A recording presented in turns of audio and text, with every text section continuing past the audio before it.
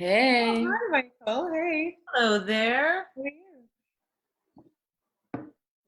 Can you see us? Hi, everyone. Hi. How's it going? Good. Good.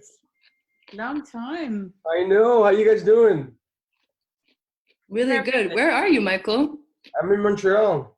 Cool. So am I. Oh, yeah? I came here to see my dad, and then the COVID thing hit, and then I realized I couldn't get out. And then I realized how much I like being here, and I feel like I want to buy a house here now. Right. So it ended up being good. How are you guys doing? Evelyn, you're in Maria, where are you? I'm in Dublin. Yay! Oh, wow. Hey, Tat. Hi, how's it going? How you guys doing? Good, how are you? Very, very well, very well. So nice to see all these lovely, familiar faces. I know it's been, when was the last time this happened? I don't even think for the read-through. I've never done like a Skype thing or anything like that. No? I'll be honest with you, I haven't even read the script, so I'm actually I'm so curious to like figure out what's going on. I feel like that's what happened in your audition too. You're like, so wait, who are these guys? No, but I wanted to read it, and I thought, you know, it might be more fun to discover it while I. Yeah. It's a blast from the past. Yeah. Yeah, it'd be I'm fun. reading, you know, so that's fine.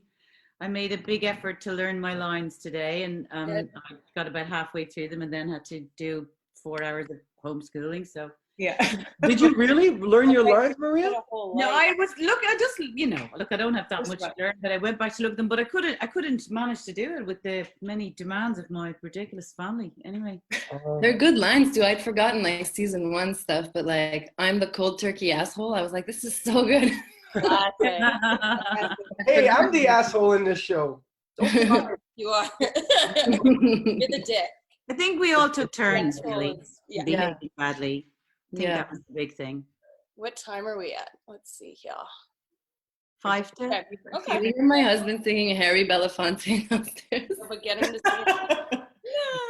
It's Laurier's new passion for Harry Belafonte. Yay!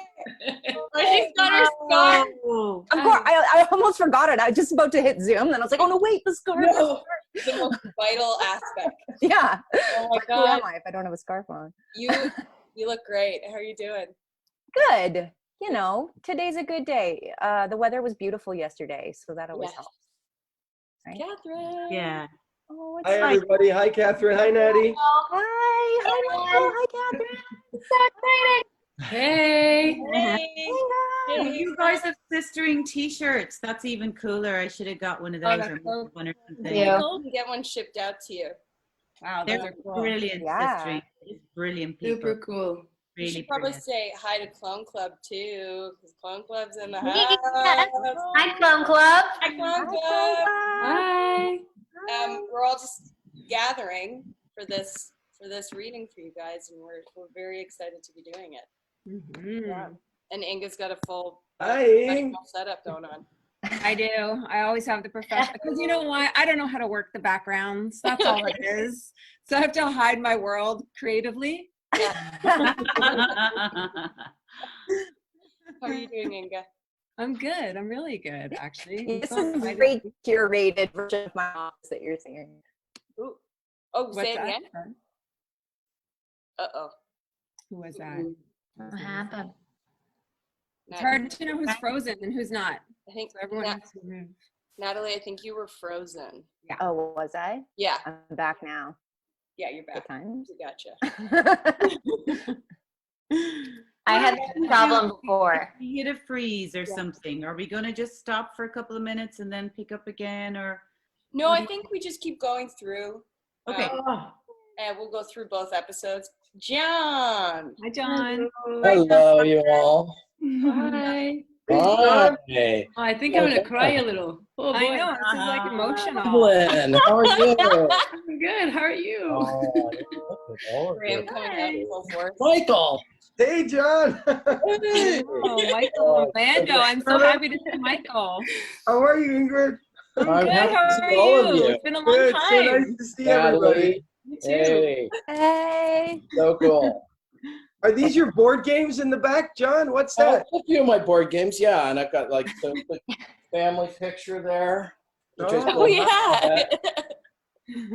have. Are you in Toronto, John? I am, yeah. Oh, cool. Yeah. Did you get the chickens? Not yet. Did you get the chickens? He's getting It's chickens. my little backyard project during the pandemic, so I'm gonna get some chickens. Some people get puppies. John gets chickens. Yeah. Yeah. Why not? Exactly. Is it because you want to have your own eggs, John? Yeah. Oh, cool. That's smart. Hi, Lucky. Oh my God. gosh! Yay! Oh boy! Josh. Wow! Bless you. Ass. Hey. Oh, this is so No. great. Yeah. Hi, Eric. Hi, Eric. Hey, Eric. Hello, Hey, Josh. everybody. Lovely to see you. How's it Hi, going? Graham. You guys too. Hi guys. Hey, It's a man. cool background. Wow. I'm trying to fix it. Graham wins every time in the background. He's just like the background king. Josh, what are you eating? Right. You got to share. Like avocado and cabbage. It's like a Buddha bowl. Sounds good. Oh, nice. Oh, I like Eric. That's amazing. Eric's got the. Oh, nice Hey, background, you got- John. What's going on? So Look Canadian. at that. Yeah. Justin and No frills. This one's set. Hey, Graham, you got a green screen behind you? No, I'm just doing it with Zoom. It's a whole thing. Mhm. Wow. So does Eric. You guys got some cool backgrounds. Eric's like the no frills background. Yeah, that's awesome. Great. I think we should say it again. We should say hello to our wonderful Clone Club. Hi, Clone Club. We're Hi, still guys. trickling in. Love you We're gonna guys. Start the reading very soon, and we're just so excited to get to do this. Selfishly, because Christian Bros in the house. Yay. Got his shirt ready to go. Yeah. Yeah, ready for We've we've got shield button, which sort of looks like hot glue, and then I'm gonna Yeah, great. Great. Amazing. What's up, Jen? Hey, Dylan. Oh, Here comes Dylan. Hey, how are you? Oh my god. Oh, Look yeah. What's up? Great photo, John. Two balls. Um, Amanda, what's up? Hello, Christian. How you doing? Hello. How you doing, Dylan? How you guys doing? What's up, buddy? Good. So nice to see you guys. Gosh, holy shit. do we have Maddie. Jordan? Oh, I'll be right back. Where's Jordan? Okay. Uh-oh. Christian's left. Hey. Ready. What's up, I Josh? think I want to start talking a bit about why we're doing all this today, which is also just like selfishly so much fun for us to get to read these scripts again and play these characters again and see each other, because I don't think this has happened in, I don't even know when this group has all been together, the OGs. But we're really happy that we get to do this for Clone Club, because we know this is such a difficult time right now, and everyone's, going through it. And we feel, especially, a lot of love for our LGBTQ community who are, suffering in a different way than most people, and particularly at risk at this time. So we are raising money for 2 charities today. Yep. And we can show some of our signs if we want to show off our, oh yeah. So we've got, oh wow, Eric. Yes, Eric's my Eric. Whoa. Eric wins, Oh! Eric won. And mine is backwards. Graham, that's pretty great too. Jeez, Eric. Nice, Mine's guys. a flip book. So the first charity that we're raising money for is CenterLink. I put And mine back. here's a bit of info about CenterLink. CenterLink is an organization that supports the development of strong, sustainable LGBTQ community centers. And they do this across 45 states. They do this in Puerto Rico, in the District of Columbia, China, Australia, and Canada. So they're incredible, and they really believe that these centers are like a primary force of change in terms of empowerment and centering the LGBTQ community. So yeah, they do peer counseling, they do support groups, physical and mental health services. So we really want to help them out because they have incredible global reach. Then, since we're doing 2 episodes, we're doing 2 charities. And our second charity is Sistering Toronto, which we can all show here as well.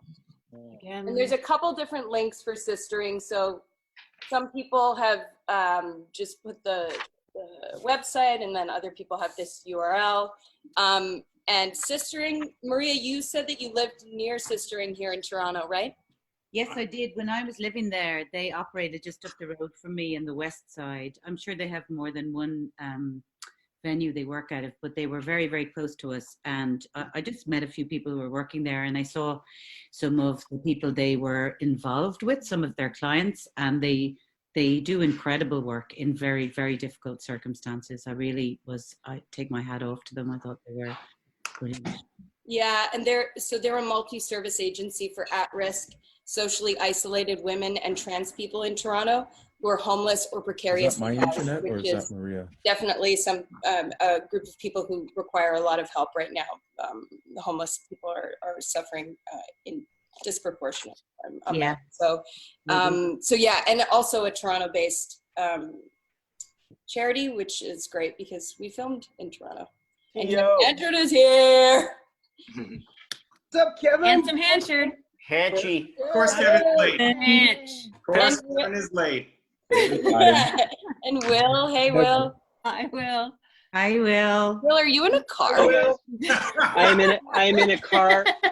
I'm in a car outside a construction zone, right before a mix for an episode of a show I'm working. Wow. So, Wow. Real soldier. my sound is terrible.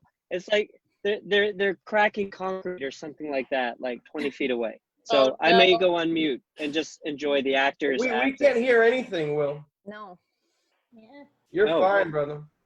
Oh, We're okay. also missing Jordan, so you might have to be Jordan for this. Hey, Dylan. Hey! Oh. And Mackie, oh, there's Jordan. Great. Jordan. There he is. Shoot the fudging audio. Oh, Jordan, Marty. did you pluck your brows for this? No, but I flat ironed my hair and I burned myself so many times. Attaboy. Amazing. Guys. Evelyn, hello. Hello. Yeah. Hi. Long time no see. Way too long. Yeah. This is making me super emotional. Yeah, lovely. Hi, guys. Natalie, nice to see you. Hey. Yeah. Good to see you guys. And How are you, Josh, Jordan? look at your face. Look at Josh's face. Josh's face Josh's is face. eating food. Yes, yeah. Put down my food for now. So do we want to get started? Yeah. We want to read Yeah. 2 episodes of Orphan Black, the series. Let me get the pen. Yeah. Yes, Christian. Question: when do you want us to hold up signs? Can we come can up with hold an them up. idea for that, or is it just like every once in a while? Whenever you Got want. Just whenever. it. And are the signs, is this backward to you? Mine's No, backwards. it looks good. too. Oh no, yours looks is good. good. Mine's the only one that's backwards. No, mine's backwards too. Mine is backward too, no? I No, think I don't know good. how I No, didn't yours is figure good. it out. No, There's Inga's, probably yours things- looks It's fine. You're fine. Really? Yeah. Yeah. Oh, it's just backwards to me and my camera. That's right. Yes. And you're laughing at me. When you're ready. I love it. I Is mine okay? Yay! Oh, I'm so happy. I was so embarrassed. We're good. We're All good. right. Wonderful. All right. Since Guys, I'm reading another lady. part. So, should we do it? Here's bells. Are we on? Steaks and all. Okay, are you ready? I don't know if I'm ready. Okay, hold on. Nobody knows. How's my eye line? If I'm looking here reading the script tonight, is it terrible? Is it distracting? Graham, you're distracting me.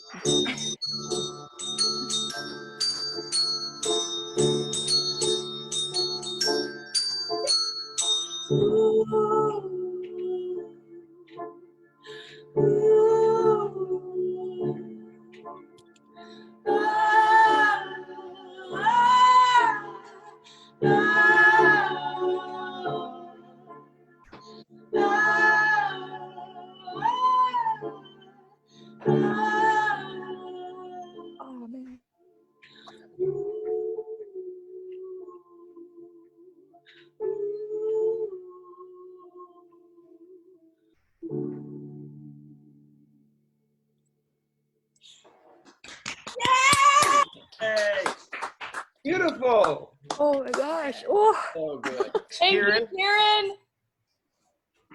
Yeah. Stop that, Natalie. Beautiful. You stop that, Natalie, right now. I am just crying. Whoa. All right, let's do it, guys. Orphan Black, episode 106, written by Will Pascoe, sitting in his car.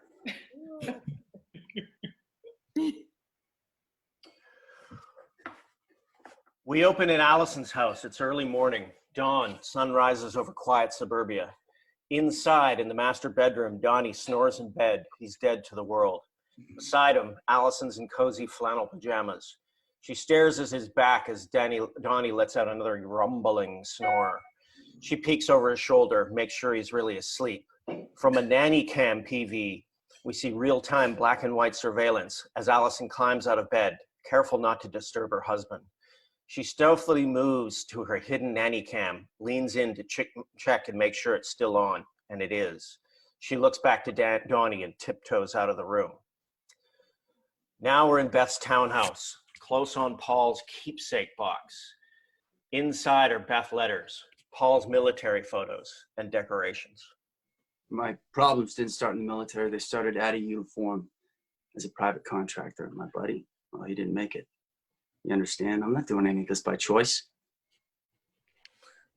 He's sitting in the kitchen talking to Sarah, making coffee. He's a cipher now. She can read military in the precise way he makes the coffee. No wasted moves. So they forced you to be her monitor for 2 years without ever knowing why? You're some kind of hustler. You understand leverage, right? The difference is, well, you chose to infiltrate Beth's life to screw her boyfriend wild right on the counter right there. And you weren't even you. And you weren't you either. I don't think you understand how serious this is. We need to try and be honest with each other, Sarah.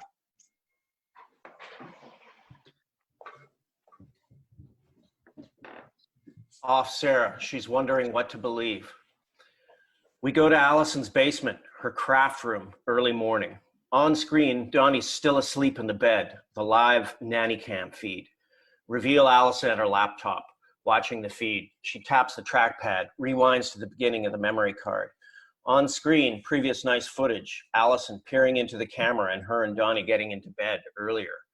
Allison fast forwards through the footage. On screen, she sees weird night vision time lapse of Donnie and Allison asleep. They toss and turn, nothing suspicious. Time speeds by, and then Donnie wakes off his glowing wristwatch. He stands, stares at Allison a moment, and leaves the frame. A moment later, he steps back in, puts on discarded clothes from a nearby chair, eyes his wife again, even creepier, and then he leaves. And that's when Allison stops breathing. She fast forwards, but Donnie doesn't return. She reaches the end of the memory card. Off Allison, her worst fears are coming true. Now we're in Beth's townhouse again in the kitchen. Paul's espresso is ready. He removes it from the stove and pours 2 shots. Why didn't Beth tell me she had a twin, Sarah? She didn't know. Look at me, Paul. Oh, I am. He holds up a photo. What's it look like to you? Well, whatever it is, twin sister. Olivia, I can't find out you switched places with Beth. You want to keep your secrets? Well, you have to play along with mine. Okay. So what happens to the results of the medical tests that you performed on me? I wanted to get you away from all that. I was serious about Rio. Just tell me what happens to the results. They go to Olivier. From there, I don't know. Sarah stands and starts to undress because she's getting nowhere with him. What are you doing? I'm taking a shower. I'm gonna wash off this filth. Is that okay with you? She heads into the bedroom, drops her shirt on the floor, and turns on the shower. Will those medical tests tell them I'm not Beth? I don't know what the test you use for. I already explained that. Convenient, innit? Your existential dilemma. No, it's operational. This is my world, Sarah. It is you that I'm worried about. Yeah? What worries you about me? Whatever it is you're not telling me. Sarah. She's gone from view. He already knows what she's done. Calmly, he goes to the bedroom. The robe is lying on the floor by the open sliding door. In Allison's house in the kitchen, early morning, Allison's still in her PJs, numb, her hair pulled back. She's staring blankly at Donnie in PJ bottoms and robe. 3 hours to go and the dishes still need to be washed, the drinks cart loaded up, the kids' gift bag sorted out, and do we even get ice? Hello? Did we get ice? Allison, come on. Get with the program here. We got to get moving. Where did you go in the middle of the night? I don't know, Neverland? I woke up. You weren't in bed. Honey, we don't have time for this. We've got a million things to do, and you are not helping. Just make a list of what we need, and I'll do it when I'm out getting the damn ice. He exits the kitchen with Allison on his heels. She intercepts him in the foyer where he passes the golf clubs, Donnie right behind them, trying to stay calm. I need to know where you went, Donnie. Look, I know we had a bad day yesterday, okay? A bad day? Is that what you call that? Where are you going? I'm going out to get the stuff that you were supposed to get yesterday. But Donnie, I'm attempting to have a conversation. Oh, and what a joy it is. Don't worry, honey. We'll talk about this later. It's all good. Donnie straightens, turns towards Allison, and meets the wicked swinging art of a golf club head on. We go to black, and that's the end of our teaser. And there's a commercial. Does anybody want a commercial? I'm shooting that scene. Where we put up our signs. Yeah, this is a commercial. Woo! Woo! I can do sistering. Good job, guys. Donate. Stay at home and stay healthy. Wear a mask. And now we're at the top of Act 1. We're in Allison's house in the foyer, picking it up, where Allison, golf club in hand, stands over Donnie's inert body. Still irrational, she pats his cheek, concerned. Donnie. Then she hears her kids, Oscar and Gemma, coming in from outside through the kitchen door. She rushes in and herds them out before they can see anything. Oscar, walk your sister over to Ainsley's and you stay there, okay? But, Mom. Now. Outside, we're in the Jaguar driving. Sarah's drived off. She's pissed off and edgy. She's amid Bluetooth cell with conversation with Casima. You're right, Casima. Paul doesn't even know about clones. And Casima's in the university library study hall with a bunch of books. She talks quietly, ignoring nearby students. See, it's a double blind. The monitor is unaware of the purpose of the experiment. That way they can't skew the results. I had to get out of there. I don't even know where I'm going.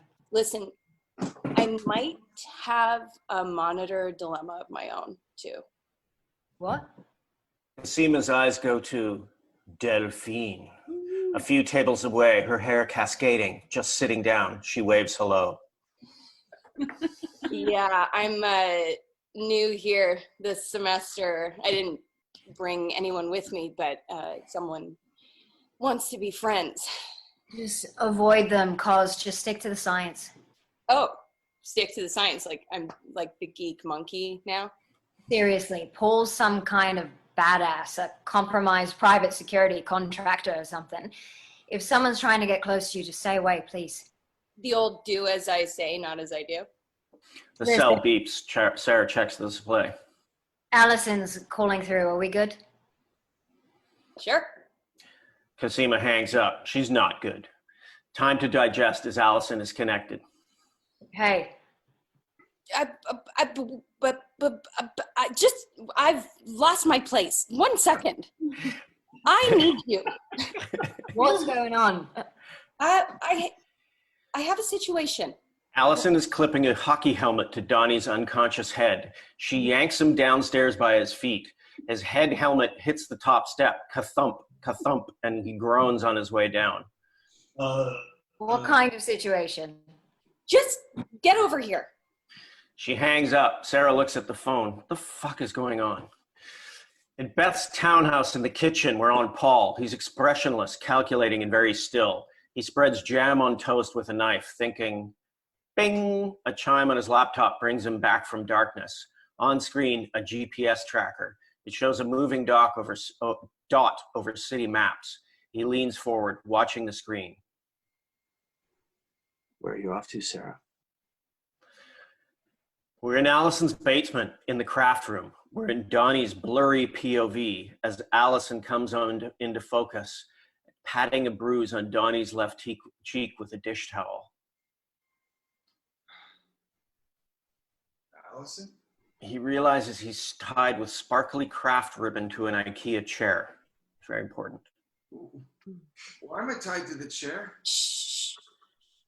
She pulls up a chair knee to knee. Tell me what was really in the box. What? Your special box. What was in it? Are you out of your mind? Untie me. No, Donnie, I have some questions that need answers. She spins her craft carousel and picks up a pair of scissors. Come on, Allison, this is insane. Don't worry, honey. It's all good. Isn't that what you always tell me? She grabs her glue gun and dangles it over his slightly exposed chest. Just, where am I? Think about what you really want to get off your chest. Or what, you're gonna stick sequins on me? You moved the files. Files? What files? The files you keep on me. The ones from the box, Johnny. Your special box. She squeezes the trigger and drips hot glue onto his chest. Have you lost your mind? Johnny, I know what you do. What? What do I do? You spy. You perform medical examinations on me in my sleep. What? You turn my whole life into an embarrassing lie, and you switch the files in your box for porno DVDs of big boob Lowies. She swats him on each B. Off Donnie, he's got the fear. His wife has utterly lost it. In the university library study hall, Kasim is engrossed in a textbook, Endless Forms Most Beautiful, The New Science of Evo Devo. She peers over the book to see Delphine working nearby. She makes a decision and crosses to her. Delphine.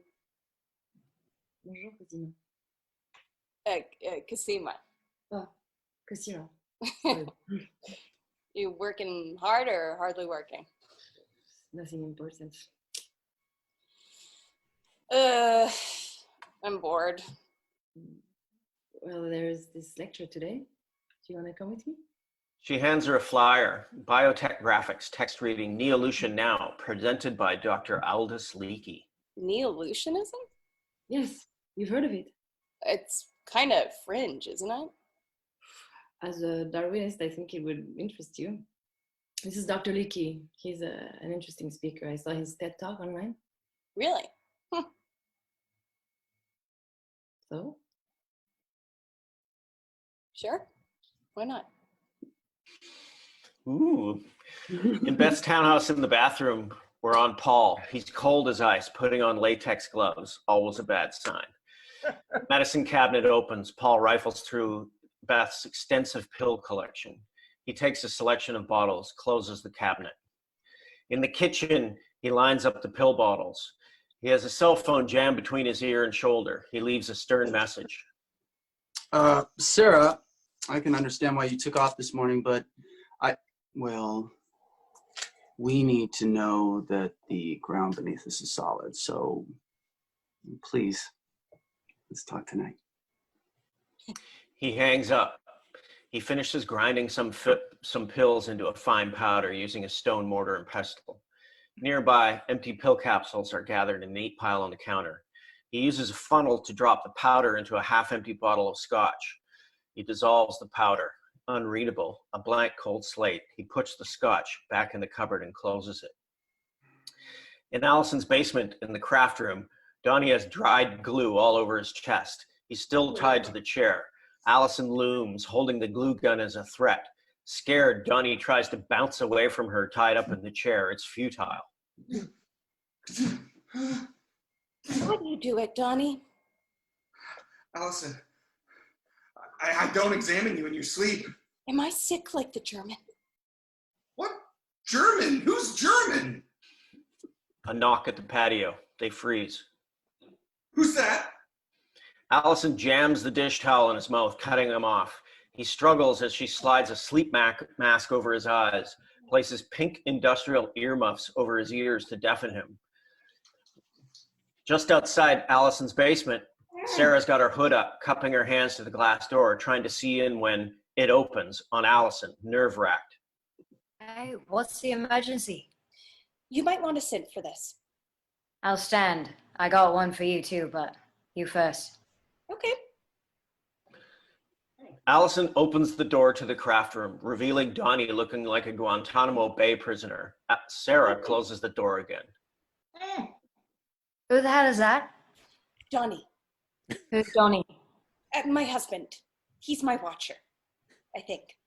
Jesus Christ, Allison, what have you done? Before Allison can respond, ding dong, the doorbell goes upstairs. Muffled sound of people entering, someone going, yoo-hoo! And who the hell is that? Oh, Lord, I forgot. Upstairs in Allison's foyer, Allison comes up to find Ainsley Norris. In her mid-30s, she's holding a baked cake. Just behind is her husband, Chad, early 30s, good-looking and annoying. He carries a bowl of brownies and hovers with their young son and daughter. Ainsley immediately can tell something isn't right. You're not ready for the potluck. Well, You're not even dressed. Any chance we can change venues? Change venues? Allie, what's wrong? Nothing. I think I'm coming down with something. Well, it's too late now. Take a couple of your happy pills and let me help. Don't worry, we'll get this party started. They both spot the golf club on the floor. Allison scoops it up. Ainsley tries to sidestep. Allison blocks her. What's up, Hendrix? And with that, Allison's own kids burst into the house with all their kids in tow. Chad passes Allison, and behind them, other neighbors pile in, greeting Allison as they pass. On Allison, she's helpless to stop her entire suburban world as it comes crashing into her home. That's the end of Act 1. Advertisements, commercial break. This looks so vulgar right now.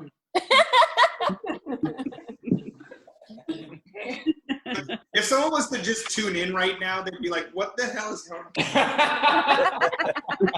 I love what you're doing, man. It's really good. Excellent prop work, dude. Excellent. Great props. I love Christina and Delphine. Making it fun. Making it fun. Oh, and the Pepsi-Cola commercial is ending, and we are back in Act 2. In Allison's house, back at the top of the stairs, neighbors are continuing to pour in with food and drinks. Allison frantically ribbons off the stairs with an off-limit sign, and Tatiana actually curled the ends of the ribbon with her scissors. My nail. Allison comes out of the kitchen, concerned but discreet, a glass of wine in her hand. Allie, nothing's ready. I know. Cover for me. She takes her wine and drinks. Charity Sims, late 30s, 40s, a yummy mummy, steps up. What's all off limits? The basement. It's a disaster. Donnie's starting renos this week. Well, the kids are screaming for chips. Allison ducks under her barrier, takes off with a wine glass. I'll get some from the pantry, okay? Sausage rolls? Freezer? She disappears downstairs. Ainsley and Charity share a look. In the basement, Sarah watches as a panicked Allison finishes charging into a makeshift outfit for the party. A potluck? Mid-conversation. Seriously? Seriously. Well, you have to kick them out. I can't back out of the monthly potluck. It's my turn. But I have no gift bags, no ice, and no bartender because my husband is tied to a chair. Allison pops more pills, downs them with a glass of wine, and Sarah holds Allison still before she snaps. Allison, take a deep breath. I hate yoga. You need to go back upstairs and play host like nothing's wrong. All right? Fine. You interrogate Donnie. Allison searches through a pile of folded laundry on the couch. She throws a shirt at Sarah, nearly the same as the one she's wearing. Put it on. Be me. You can't be serious. You're the expert, Sarah. Get that lying bastard to confess. Well, what if he's just your husband? Sarah, help me fix this. I impersonated you for your daughter. Now it's your turn. Allison picks up an armful of jumbo-sized Costco chips and heads upstairs. In Felix's loft, a big bear of a man, Teddy, rises from Fee's bed, revealing Felix in a playsuit lying on the other side. He's on the phone. Help you handle Allison. How's anyone supposed to handle Allison? With a golf club? No, I can't bartend. I've got a hard day ahead of me. Felix winks at his guest off that. But Sarah is awkwardly changing into Allison's shirt on the other end of the phone. Please just tell me you're not with the morgue attendant again. No, but I plan to be. Teddy drops money on the bed, starts pulling on his pants. Hang on, Teddy, is that all you can handle? Teddy smiles and kisses him on the head. They like each other. Felix smacks his butt as he exits frame. Right, here's my afternoon just opened up. How soon can you be here?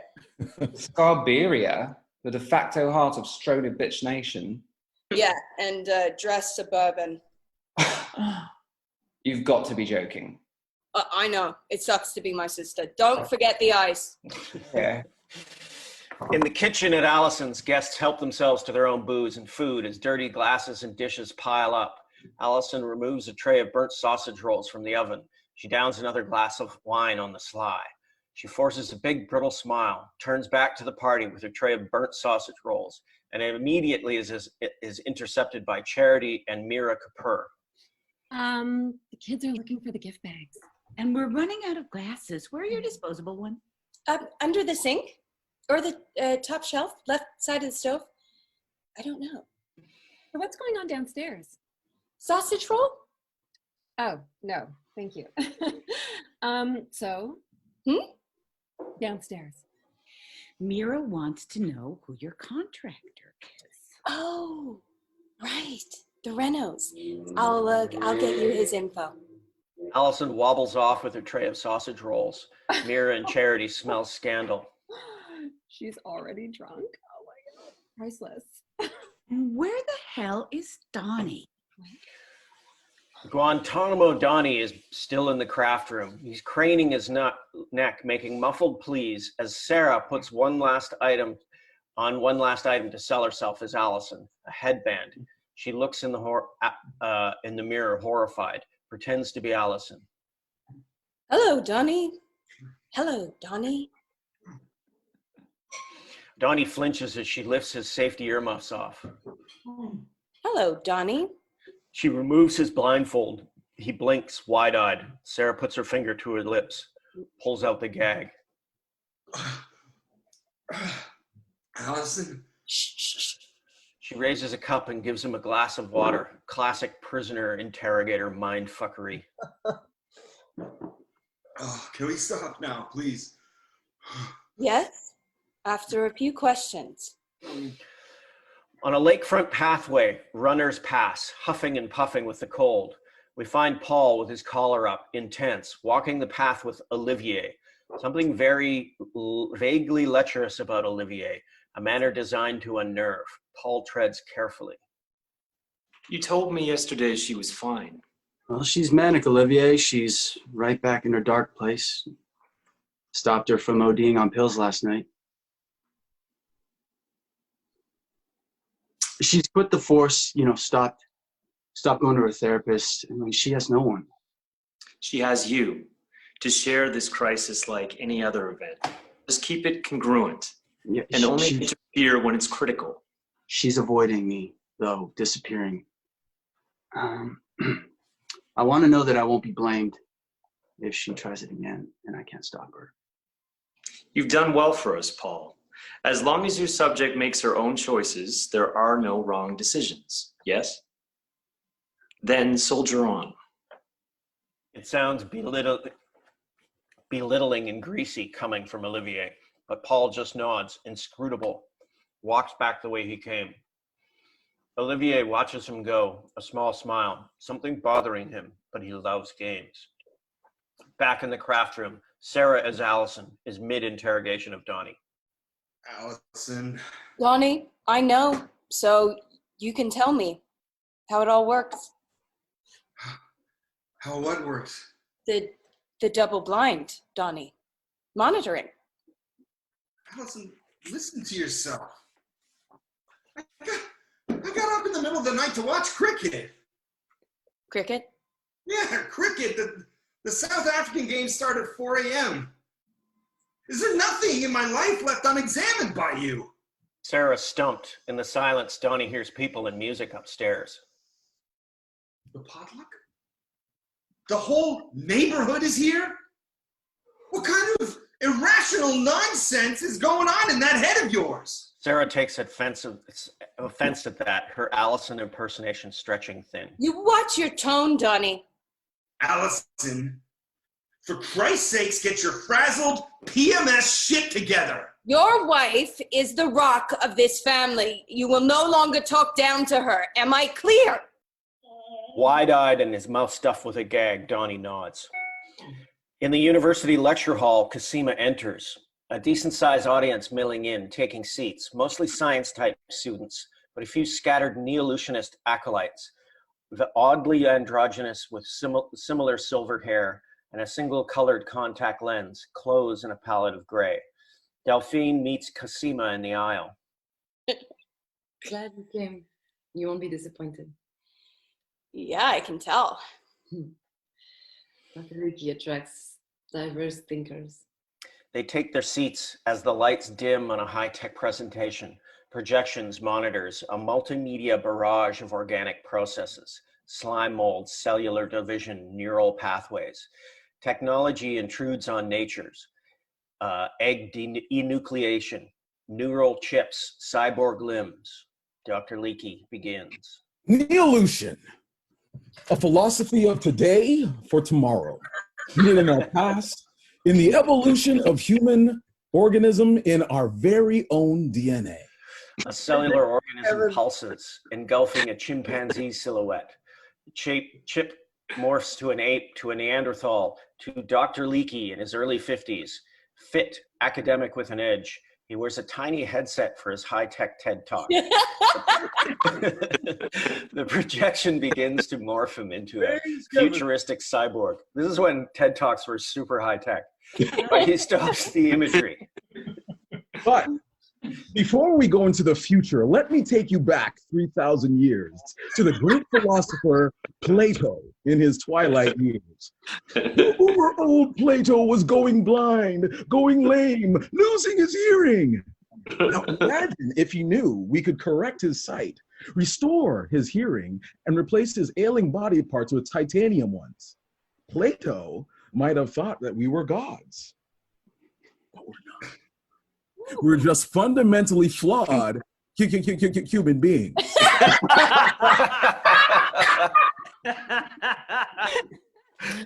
Hello. He scans the crowd and his eyes fall on Cosima. Oh, hello. Karen? Your glasses, for example, make you somewhat platonic. It's totally frozen. Who's frozen? But within the very near future, I will be able to offer you the ability to see into a spectrum no one has ever seen with the naked eye. Infrared, X-rays, ultraviolet. Are you interested? Yes. Maybe I'll start with basic LASIK. You should. That's making an evolutionary choice. So is simply evolving. Yes. Subject to time and contingency. Neolution absolves us of all that, offers us the opportunity of self-directed evolution. I believe that's not just a choice, but a human right. Seema is clearly intrigued by the concept of Dr. Leakey himself. He elbows her, grinning in the limelight. Cosima looks back to the lecture, but Delphine's gaze stays on her, studying her. In Allison's house, outside, a cab door opens. A pair of penny loafers hit the ground, attached to a pair of chinos. Reveal Felix in suburban flair, pink golf shirt, yellow sweater over his shoulders, hair parted respectably. He carries a bag of ice and a gift bag. Oh, time to party with the party. He pops his collar and heads around the back of Allison's. While back at his loft, the door rolls open. Vic drops a busted lock on the floor and sets his bolt cutters aside. He enters, snooping. He poaches a baguette, breaks off a piece with his pinkyless bandaged hand. His eyes land on Felix's laptop. He casually taps a key to kill the screensaver. On screen, a Google Maps-like web page. Vic sees an address written down on a pad of paper nearby.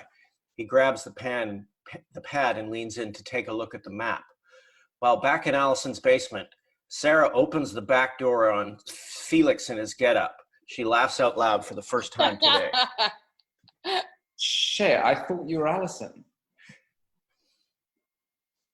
Laughing? Have you looked in the mirror? There's a thing on your head. Well, shit, as they say, is completely sideways, Felix. Christ. Okay, what do you need? Upstairs, Allison is losing the plot. She knocks back another swig of wine. Charity comes over. She carries an empty cheese tray. Crackers? What? Do you have more crackers? How should I know, Charity? Why don't you check the cracker cupboard? Charity gives her a curious look and moves off as Ainsley takes her arm. Allison, Mira is talking. Where is Donnie? Her eyes fill with guilty tears. Ainsley reads marital strife. Oh my God. Why isn't he here helping you? He's tied up. Allie, don't you dare cover for him. Not again and not to me. You know what I'm going through with Chad. Incoming. Hey, lady. As Chad strolls over. Find Felix looking for Allison, all gay suburban charm as he cruises the party. He hears, "Hey, ladies," sees Allison threatening to get too friendly with Chad. Chad. Now, I am all over the sexy stretchies. You working those glutes again? Excuse me? No, what's your program? Why is everyone asking me so many goddamn questions? Hello, neighbours. Bartender's here. Felix? A word with our hostess, right? And then I'll be back up to top you up. He corrals Allison away as Ainsley looks to Chad, who laughs. Gay bartender. It's awesome. Chad, shut your stupid mouth and feed the kids. Back in the basement, Felix deposits a sloppy Allison on the couch. Sarah doesn't like the looks of her. Oh no. I screwed up, didn't I? It's not him, and I cracked him one, and it felt so good. Is he really in there? Yeah, tied to a chair. Oh my God. Okay, I'll handle the mess upstairs. Felix leaves to go upstairs and leaves Sarah and Allison alone. Allison a puddle on the couch. Sarah's wondering, how the hell do you comfort your own clone? I've tortured my husband, I've messed up my family, and you're the only one I can talk to, but you're just another version of me. Come on. I'm a horrible person. I'm not even a real person. Of course you are. You stood up to all this so far. Allison, Donnie got up in the middle of the night to watch cricket. Yeah. Look, Paul's military. He's a professional. You and Donnie have been together since what? High school? High school. Yeah. How could he be your monitor? So he's just Donnie? Eating, farting Donnie? My monitor is probably one of those bitches upstairs. Allison buries her head. Allison? She shakes her, but Allison's passed out cold. Unbelievable. While outside, up in Allison's street, Paul's car pulls up. Kids run past, revealing Paul inside. He watches them run into Allison's house. He puzzles the situation carefully. He takes his gun out by habit, side loads, safety on, puts it back in his pocket, and we end Act 2. Commercial break. Commercial break. Also, Clone Club, know that this is a very difficult time for everybody, and that money is not necessarily available to all of us. So any donation is, any donation, however small, is very much appreciated. Love you guys.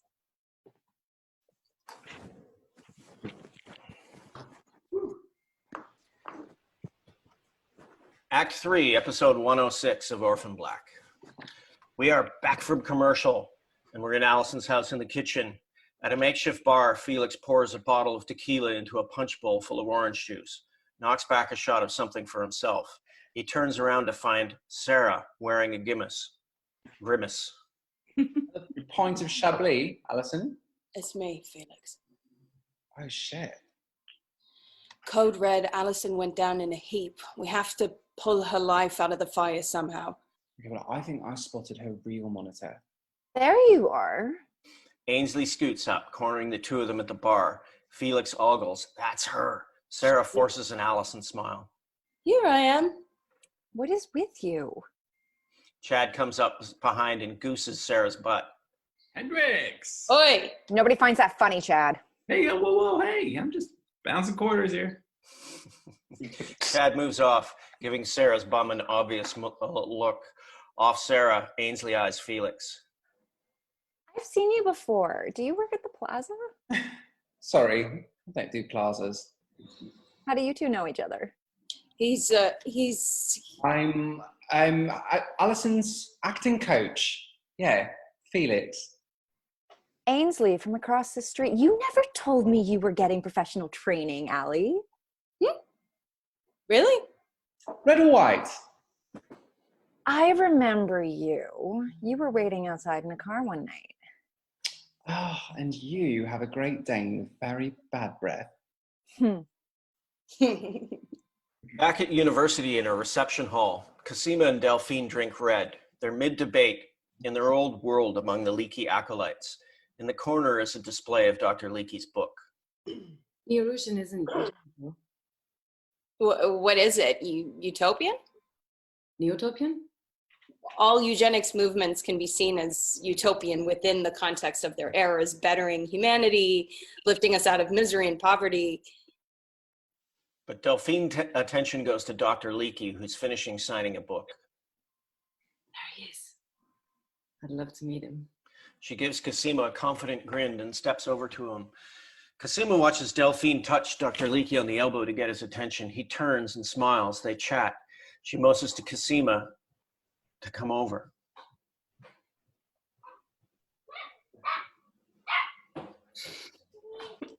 Dr. Leakey. Dr. Leakey. Kevin! Kev? Oh, we can't hear you, Kevin. I was muted. Here we go. Ah, hélas. C'est mon adversaire. You speak French. I have a neurolingual chip. Bullshit. Good, a skeptic. I do have a lingual chip, but it's still in my phone, not in my cerebral cortex. But neural implants are one of the things we're developing. At the Dyad Institute. You've heard of us. Are they from the Dyad Institute? She points to a couple of his acolytes. He gives her a patient smile. Ah, my freaky leakies, as they look up in the media. Once I was asked what my perfect human would look like. And offhand, I suggested silver gray hair and no eyebrows, but little did I know. I enjoyed your lecture very much. I'm in immunology. It's an important field. And you? Evo, Devo. So whenever anyone talks about the future, I say, show, don't tell. I hope you'll give me a chance. He hands them business cards. Please look into our work at Dyad. Adieu. He moves off to a new conversation. Delphine is awed by Cosima's moxie. You're such a brat. Cosima knows it. She impulsively grabs a bottle of wine from a nearby table. Let's get out of here. She's beguiled Delphine. She grabs her own bottle with a grin and they take off laughing. In Allison's basement, Allison's passed out, snoring beneath a blanket on the couch, as in the craft room, Guantanamo Donnie's eyes go large as Sarah takes off the blindfold. She pulls off the earmuff, pulls the gags out. He's a broken man. She offers him water. He gulps. Donnie, sweetie, I'm so sorry.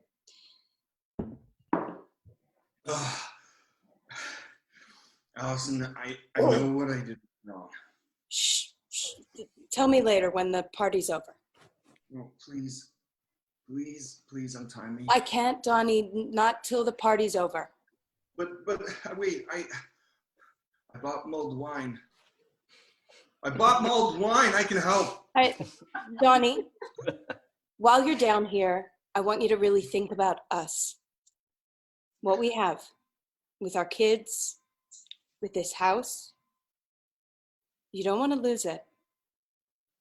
No, Allison, I don't. No? But Sarah jams the gag back in his mouth, drops the blindfold over his eyes, and puts back on the earmuffs. Up on the street, Paul's vigil continues, watching the house calmly, with deadly intent. He makes a decision, pulls on black leather gloves, another sign, never good. Takes his gun out of his pocket, locks it in the glove box. Paul gets out and heads around the side of the house. In the living room, Oscar and Gemma race up to... Oh, Felix! Hi, Felix! Oh, upstairs. Where have you been? Oh, can we play dress up again? Oh, not right now, but I brought presents.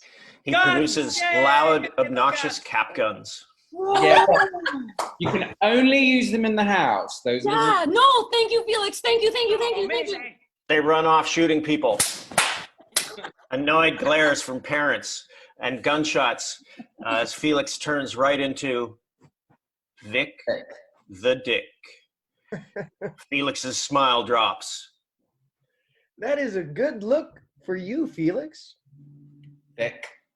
Where the hell's your sister? Off of Felix. Uh-oh. Back in Cosima's street near her home, Delphine and Cosima are laughing and running with wine bottles in their hand. They slow to take a swig and get a breath. Let's steal some bicycles and bomb downtown. Enough crime for now. I have a class to TA. She takes out a cigarette. You smoke? Just pot. Oh, really? Well, I'm from San Fran, so I am gonna get you so baked one day. Okay, one day. It's nice to make a friend in the brave new world. Delphine opens her eyes, arms, kisses her on both cheeks. They're face to face. Euro style. Nice. Yeah. I like it. Good. See you soon. Cosima watches her go, very curious. In Allison's basement, Sarah covers Allison's passed out face again. Her phone rings. Felix whispers is upstairs and he whispers into the phone. Vic has a threatening arm around him, leaning in, keeping him pinned, listening. Sarah, I need you upstairs now. What's wrong? Vic is here. Vic? Come upstairs now, Sarah, or I start making friends. Okay, fine. Not downstairs. Upstairs, bedroom, 2 minutes. She gives Allison another quick look and hurries upstairs. On the back patio, Paul comes in through the back gate, peers around the crack in the shears of the door. He tries the patio door handle. It's open. He slips into the basement. He can't see Allison sleeping on the couch. Instead, he sees framed photos of her, Donnie, and the kids. He examines them, thinking. Then Allison moans. He turns around to see her on the couch, can only see a black hair and blanket. She rolls over just then to reveal her face. Paul steps back, surprised but not shocked. He looks closer. Fingers on her neck. He expertly checks her pulse, shakes her. Beth? Allison grunts. Calmly, Paul takes it in, talks it through to himself. He pulls her hair aside, smart. He's looking for the scar. No scar, you're not bad. Sarah, are you Sarah? Allison.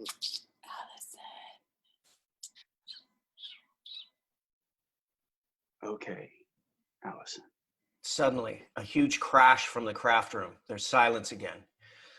In the basement, in the craft room, Paul slowly stands up and opens the door cautiously to see Guantanamo Donnie fallen over his chair, still bound, blind, feet scrabbling aimlessly. Like everything else today, Paul takes this in with icy calm. He steps forward, shutting the craft room door behind him. Into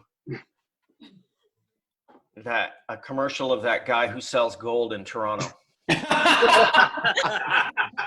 Oliver Jewelers. I'm Oliver Jewelers, and I'm going to sell you gold. That's the one. Cash Yeah. man. I get your man. For your gold. I'm the cash man.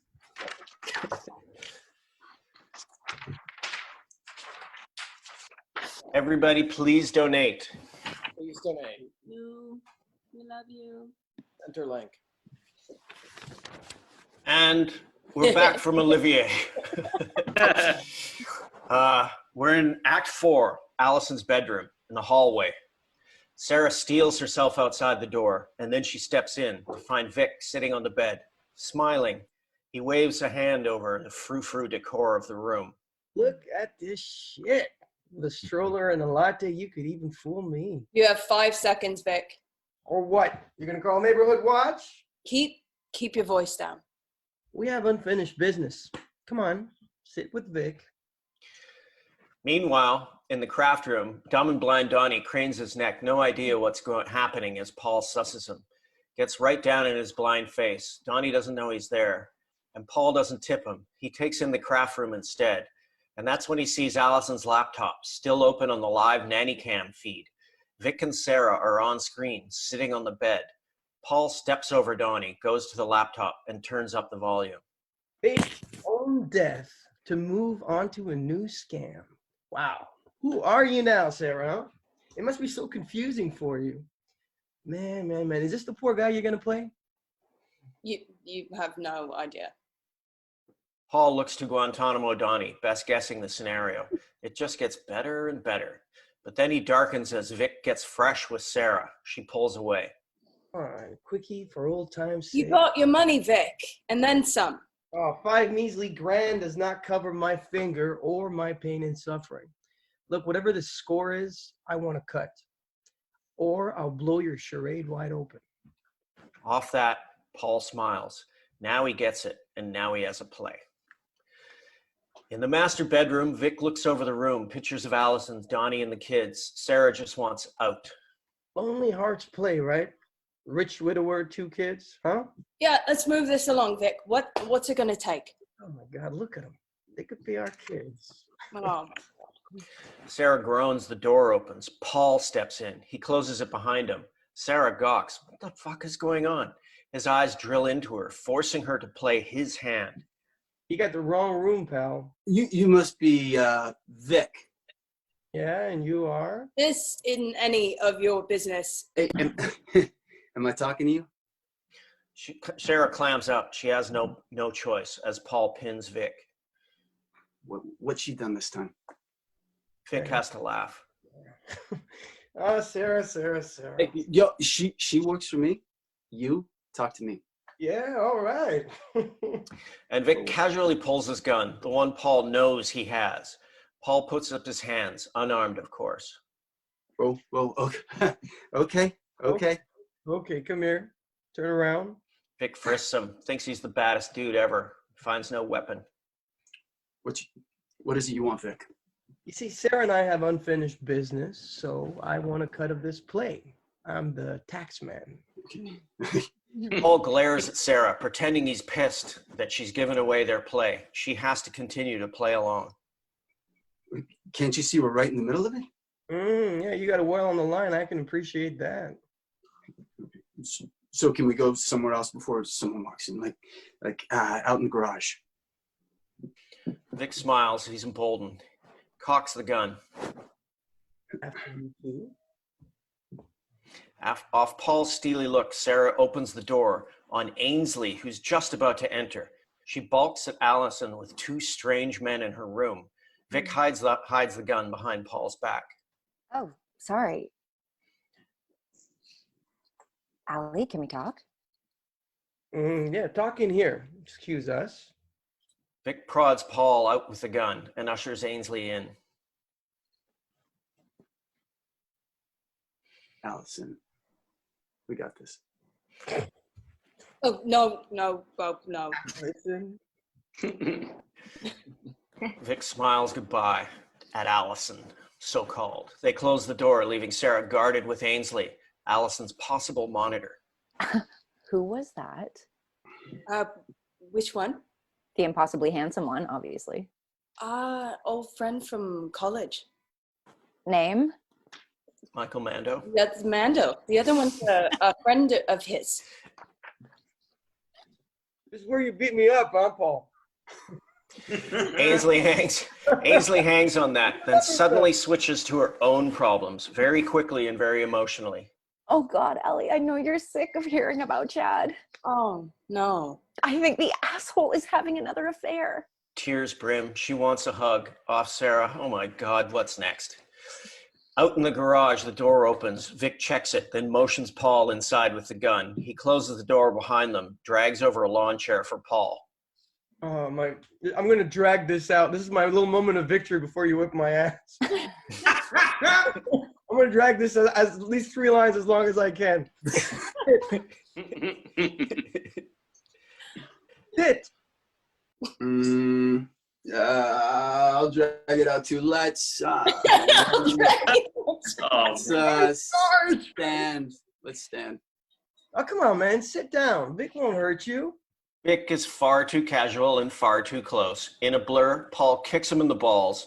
Vic doubles over right into Paul's raised knee. Vic's nose spews blood. Paul plucks the gun from his hand and cracks him to the floor with the butt. Tucks the gun in his back, all one fluid maul. BDP, taking control. Oh, yeah, BDP. In Allison's house now, in the master bedroom, Sarah is gawking at Ainsley, who's spilling her guts. It's that scrag from spinning class. She must be 45. 45! After he swore he'd never do it again. Wow. Is anyone talking? Has he said anything to Donnie? Not a word, but you know, every marriage has its little secrets. We all have them. Sorry, I know you and Donnie have been going through things too. College friend? I should get back to the kitchen. Your shirt. What? You've changed it since the party started. Oh, one of the kids must have spilled something on it. One of the kids? I really should get back to the party. You're acting very strange. I'm going to get to the bottom of this. It's a friendly warning, but Allison or Ainsley is suspicious. And we're now into Allison's garage, and Vic's on his knees, nose pouring blood, hands clasped behind his head, execution style, with Paul above him. Please, man. What do you want, man? Oh, I want you to tell me everything about her. No, about Sarah? Paul turns on the air compressor. It hums ominously. He starts assembling a nail gun, attaching the hoses. About Sarah? What's that for? What's her last name? Manning, Sarah Manning. Does she have a twin sister? What? No, man, she's an orphan. Do you know Beth or Allison? Who? Hey, look, man. I didn't want to shake you down. I just love her, man. I do crazy things for her. A knock at the door, and Sarah opens it just as Paul raises the assembled nail gun to Vic's head. Vic cowers, begs. Hey, put that away, Dylan. Sarah can't believe what she's seeing. Vic down and out. Paul, a calm, collected badass in full control. Close the door, Sarah Manning. He knows who she is. Sarah does as she's told.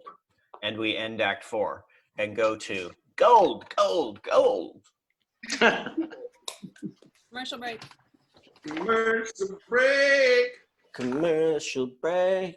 Make your donations. Was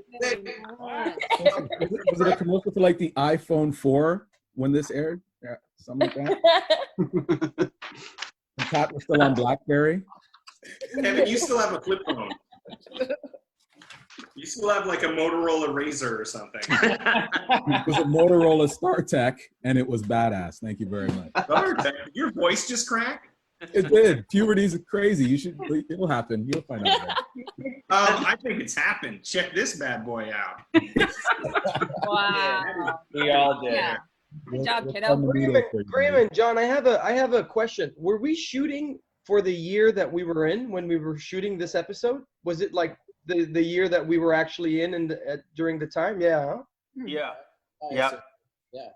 It was like the actual year. Yeah. Like exactly 7 years ago. And that's when was when it aired. It was when it aired. Not when it aired. I mean, when the episode happened 7 years ago in like regular time. And yeah, we were always playing at Contempt, weren't we? Yeah. We never were specific, but kind of. Such a fun episode. I was playing it in the 70s. Oh. Get that wrong? I got off of you, Christian. That's what All right. I got from you. No one wants to say anything. Can I wipe this glue off? I don't think glue's in the episode anymore. Can I please? You have a razor, buddy? It's a good look. It's a It good doesn't look like glue, Donnie. It does not. No, it does not. Make that It was on my chin. It landed on my chin. Stop it. Oh my God. Kid show. It's a very long commercial break, but now we are in Act 5. Okay.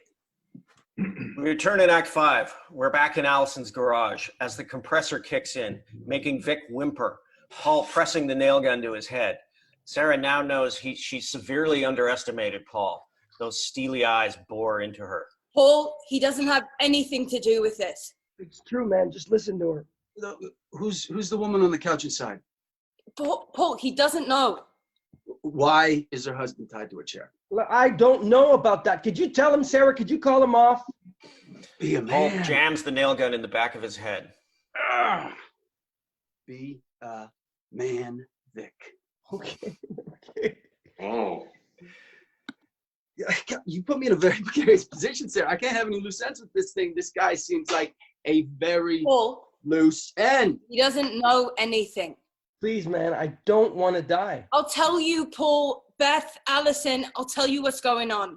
Just let him go. Paul adjusts his grip, pushing it to the edge. I swear to God, I won't say a word. Paul, please, I'll be honest with you. Suddenly the door flies open. Allison's daughter, Gemma, bursts in, blasting her cap gun. Bang, bang, bang, pew, pew, pew, pew, pew, pew, pew, pew, pew. Oh, you got me. Paul plays along, pretends as if he's shot. Gemma, out, out, out, out. Sarah manages to get her out just as she sees Vic's bloody face. Gemma recoils, runs off. In that moment, Vic tries to make a move, but as he pushes off the chair, whump, Paul nails Vic's good hand to the chair. Vic screams as the compressor kicks in, drowning him out. Back in Allison's basement, the door opened. Legs appear, coming down the stairs. It's Ainsley, snooping. She spots groggy Allison coming to on the couch. Quick siesta? I don't feel so good. Okay, let's get you up to bed. Ainsley helps her to her feet. In the garage, the big door rolls up on pitiful Vic, now cradling two mangled hands. Paul makes sure no one's around. Move. Arrow. You and I end here, Vic. Never come back. And the garage door rolls back down behind Vic. Vic just can't help himself. Sarah, wait. Paul and Sarah turn to one another, just turning from the door, looking at one another as they hear. Allison? They spin around to find Ainsley in the garage now. She's shocked to see Allison, gestures at her hoarded couponing products. I came to get bottled water. Did you fly down here? What? I literally just put you to bed. I got up. Allison sees the nail compressor, eyes Paul. Something's not right. We still haven't met. I'm Ainsley from across the street. You're... I'm just visiting. Sarah sees Paul's hand move to Vic's gun tucked in the back of his pants. She takes his hand before he grabs it, plays the only card she knows Allison or Ainsley is sensitive to, marital secrets. She holds Paul's hand like a lover for her to see. Like I said, every marriage has its little secrets. This one's between consenting adults. Adults. Okay? Orphs. Okay. This one's between a couple of dorks. No one gets hurt. You know what? You're right. This is none of my business. Ainsley ducks out, understanding now, she thinks. Sarah faces Paul, very cautious. She has a healthy new respect for him. He keeps holding her hand, very dangerously. Time to go home. In the master bedroom, Allison settles before Donnie, who lies up against the pillows. The day is over. All the guests have gone. It's nighttime and they're getting into bed. She puts a cup of tea in his hands. Donnie, I want you to understand. No. You're right. Allison, you are the rock of this family. I'm sorry. Of course you knew. It wasn't just porn in my special box. You remember Jhnlvsqz? From college? The mousy blonde in music? Vaguely, why? Well, I don't know how to say this, but she and I had an affair once. Okay, twice. But you and I were broken up. We were broken up, and we traded letters for a few years after it ended. Dirty talk, mostly. And then she got lupus, and I never heard from her again. She got lupus. I don't know what happened to her. I was just holding on to something personal. Allison's speechless. Normally she'd slap him senseless, but as he breaks down in sobs, she gently takes his hand. In Beth's townhouse, in the kitchen, late at night, Sarah and Paul at the kitchen island. The mortar and pestle is still sitting there. Heavy expectation hangs between them. How about a drink? Paul takes out the half bottle of scotch that he poisoned. He puts it on the counter with a glass, but doesn't open it. Talk first. Sarah looks at him long and hard. This is the moment. Clones. Clones. Well, we don't use the C word, Allison's rule, but yeah, we're genetic identicals. Triplets, genetic identicals. We count 9 of us so far, yeah. Paul slowly puts back the poison bottle and grabs a different one. That's interesting. Well, thank you for being honest. That's what you do, Paul. While you were watching Beth, you monitor human clones. He brings the new bottle, bourbon, looks at her like she's got a lot to learn. No. Why didn't you just say so in the first place? At an upscale hotel room, Delphine slides a key card into the slot. She enters the dark room. There's someone in the bed. Tiens, comment va-t-il? Très bien, je crois. The bedside light goes on. It's Dr. Leakey in bed, waiting for her. Bravo. Delphine smiles at him, begins to undress. End of show.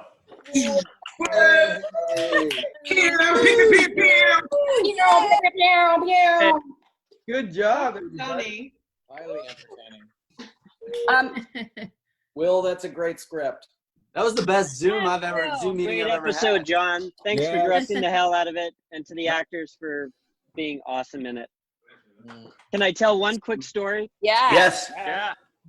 We're up shooting in North York, Newmarket, at the house where Donnie and Allison live, and we were there for 2 big days. And on day one, Tatiana comes up to me. She's in Allison mode that day, and she comes up and she says, "Will, do you mind if I just flip these 2 lines here? But if it screws anything up, I don't have to do it. It just comes off the tongue a little easier. But if you don't want to, that's okay." I was like, yeah, it's cool. Next day, we're shooting Sarah's scenes, and Tat comes up to me, and she's like, "Hey, I'm flipping these 2 lines, okay?" I was like, "Okay, Sarah Manning."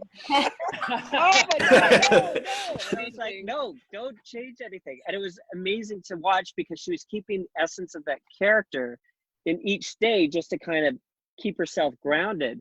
But she didn't know that in between takes, she'd come up and she'd ask a question. She'd still be kind of in character. And I was like, this is awesome to see that. That's why nobody wanted to give notes to Rachel. You do not want to give notes to Rachel. It's terrifying. It's even more terrifying than giving notes to Helena. Helena was more. Oh, yeah. Didn't have to do that. The craft room, the scene with Donnie tied to the chair, the craft room, and that scene, the glue gun torture, was one of the very earliest ideas that Graham and I had for Allison back when it was a film, before it was even a television series. We had this hilarious glue gun craft room torture scene, and it's my favorite scene in the entire series. Yeah, it began with the craft room, which John desperately wanted a craft room just like his sisters in suburban Calgary. And then the craft room became the torture room, of course. I want one like your sister. Anyway. Guys, I have to jump right now, but I look forward to seeing the rest of this. It's going to be awesome. Thanks, Will. Up your new show, Will. Stay safe, everyone. Will, what's your new show? It's called Absentia. It's on Amazon right now. Season 3 comes out in the summer. Nice. So nice, Will. So cool. Please watch. Stay safe, everyone. Stay safe. Brilliant job again.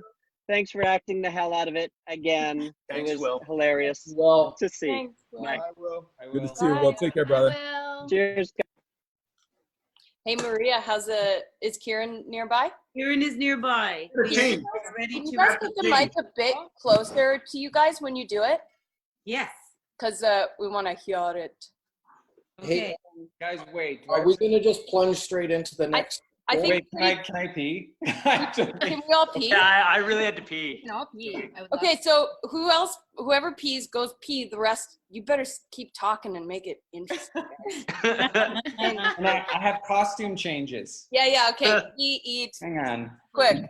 Kevin. Yo, what's going on, dude? Man?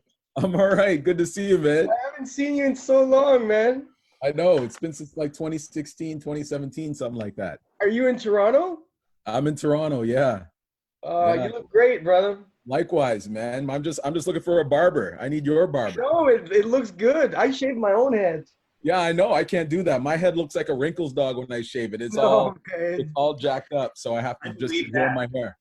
I believe that. Hey, Mackenzie. Hi, Michael. How are you? See you. So nice to see you too. It's been forever. So Michael, fun.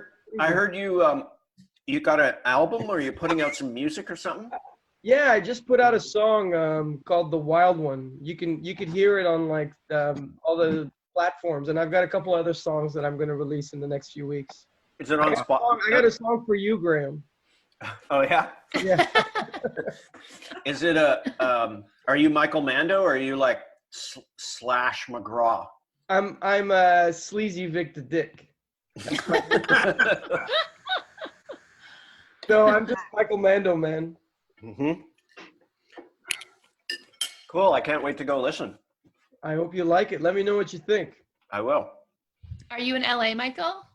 No, I'm actually in Montreal. When I got back from New York to visit my father here, the whole COVID thing happened. And I got an Airbnb here in Montreal. Nice. But I like it, honestly, like I really miss Canada so much. I really, I'm so happy that I got stuck here because it made me realize like this is always going to be home. Yeah. Do you miss New Mexico, Mike?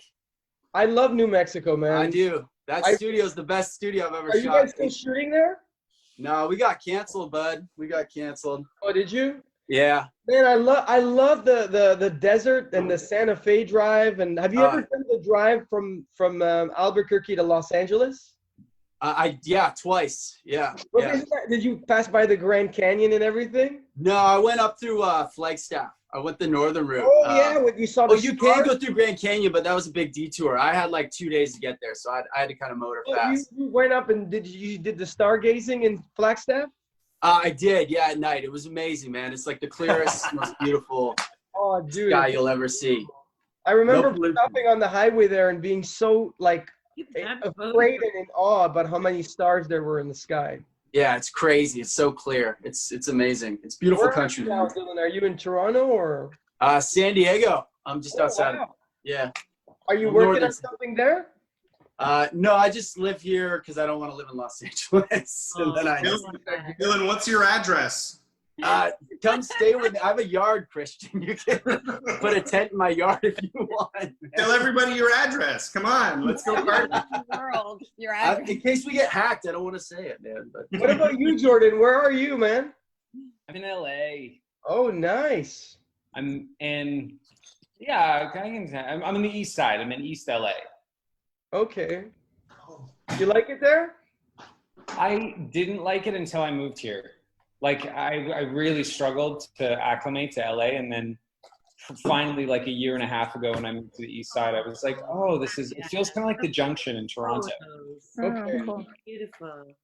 Kieran, I think everyone is almost back now. So, who are we waiting for? Oh, Kevin. I think we're waiting for Kevin. So let's reiterate that we are raising funds for CenterLink, which is an amazing charity that serves hundreds of LGBTQ community centers across the world.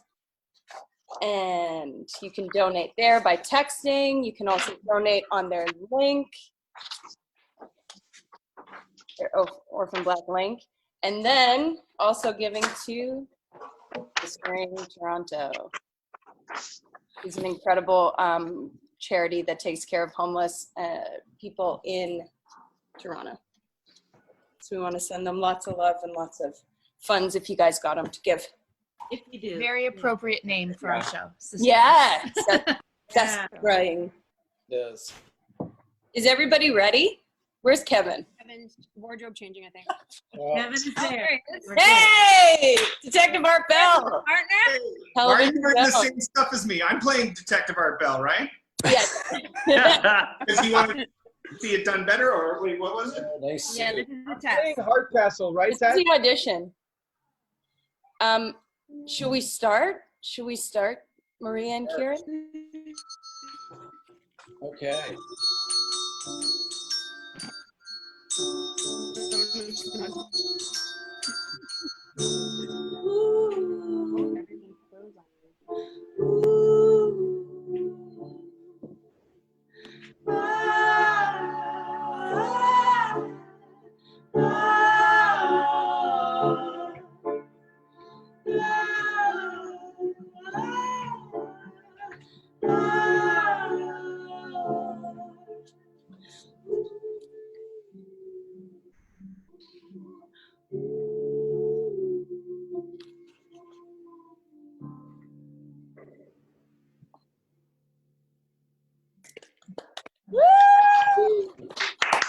good. Okay. Welcome to episode 107. We open in a ND space in a ship's hold. It's night. Somewhere unknown, water drips on rusting metal, echoes in a dark, confined space. Water drizzles on sleeping Helena's forehead. She stirs awake as if drowning in a nightmare. Tomas dips a sponge in a water basin, wipes Helena's brow. Tomas. Easy, my girl, easy. Off Helena's slowly focusing eyes, we cut to Beth's townhouse, the kitchen. Sarah holds Beth's cell to her ear, paces in front of Beth's laptop. It's on the counter, open to Cosima on Skype. Olivier called Paul in hours ago and he's not picking up. Well, that's not out of the ordinary, is it? Well, how should I know? There's nothing ordinary about this. It's the new normal, Sarah. Paul's a monitor. He reports to Olivier, his handler. As long as Paul's on our side, we can finally start to get some answers. If he's on our side. That's my point. For all I know, he's selling us out right now. Interior Neo-Lucian Olivier's office. Paul's in the hot seat, a fancy but uncomfortable chair. He's keeping his shit very tight, but he's unnerved.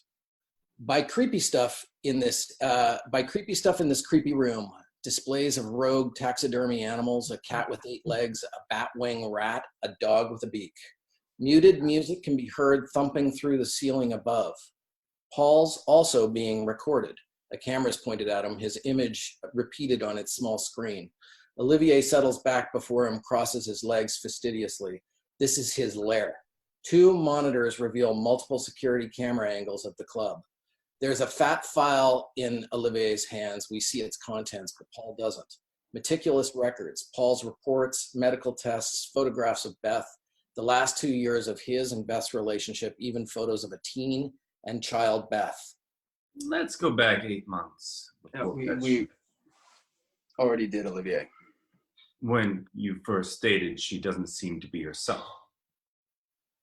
Yeah, she began abusing prescription drugs. Why are you taking this? At the time that you felt this, was there a typical response to the stresses of police work? Did you view it any differently in hindsight?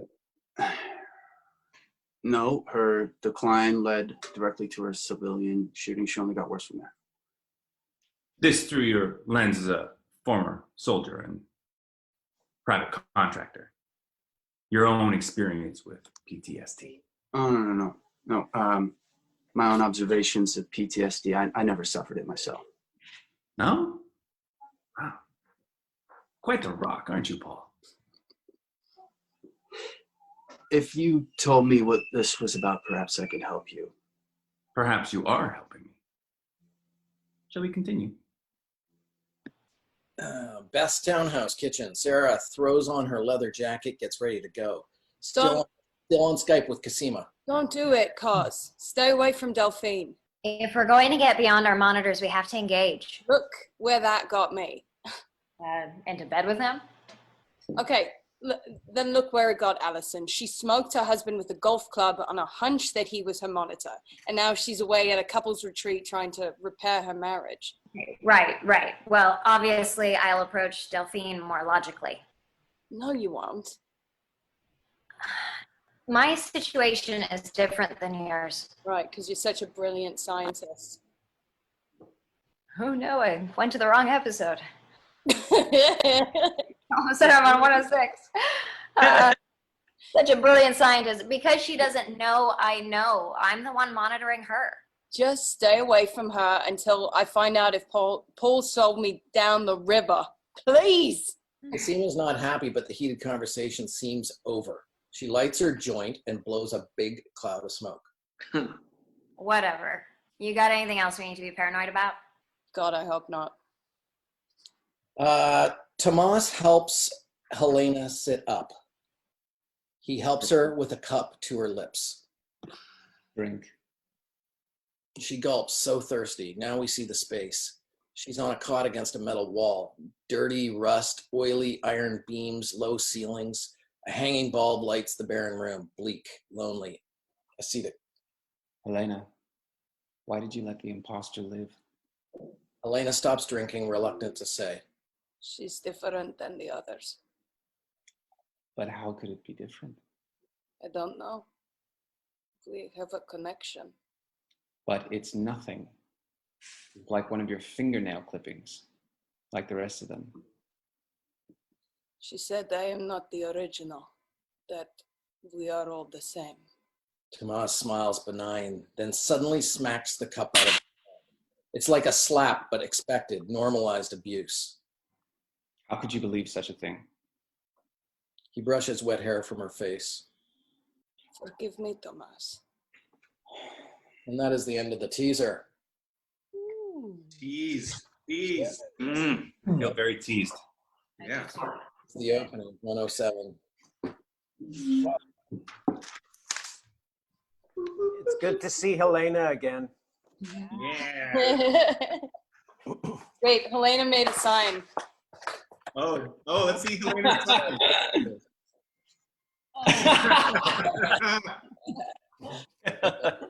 Please, Harold. Yes, please share your pictures of Helena if you have them. Oh yeah, we got him. Yeah. You can tell Helena's coming because you start to like chew your cheek. Someone has to do the score. Someone has to do the.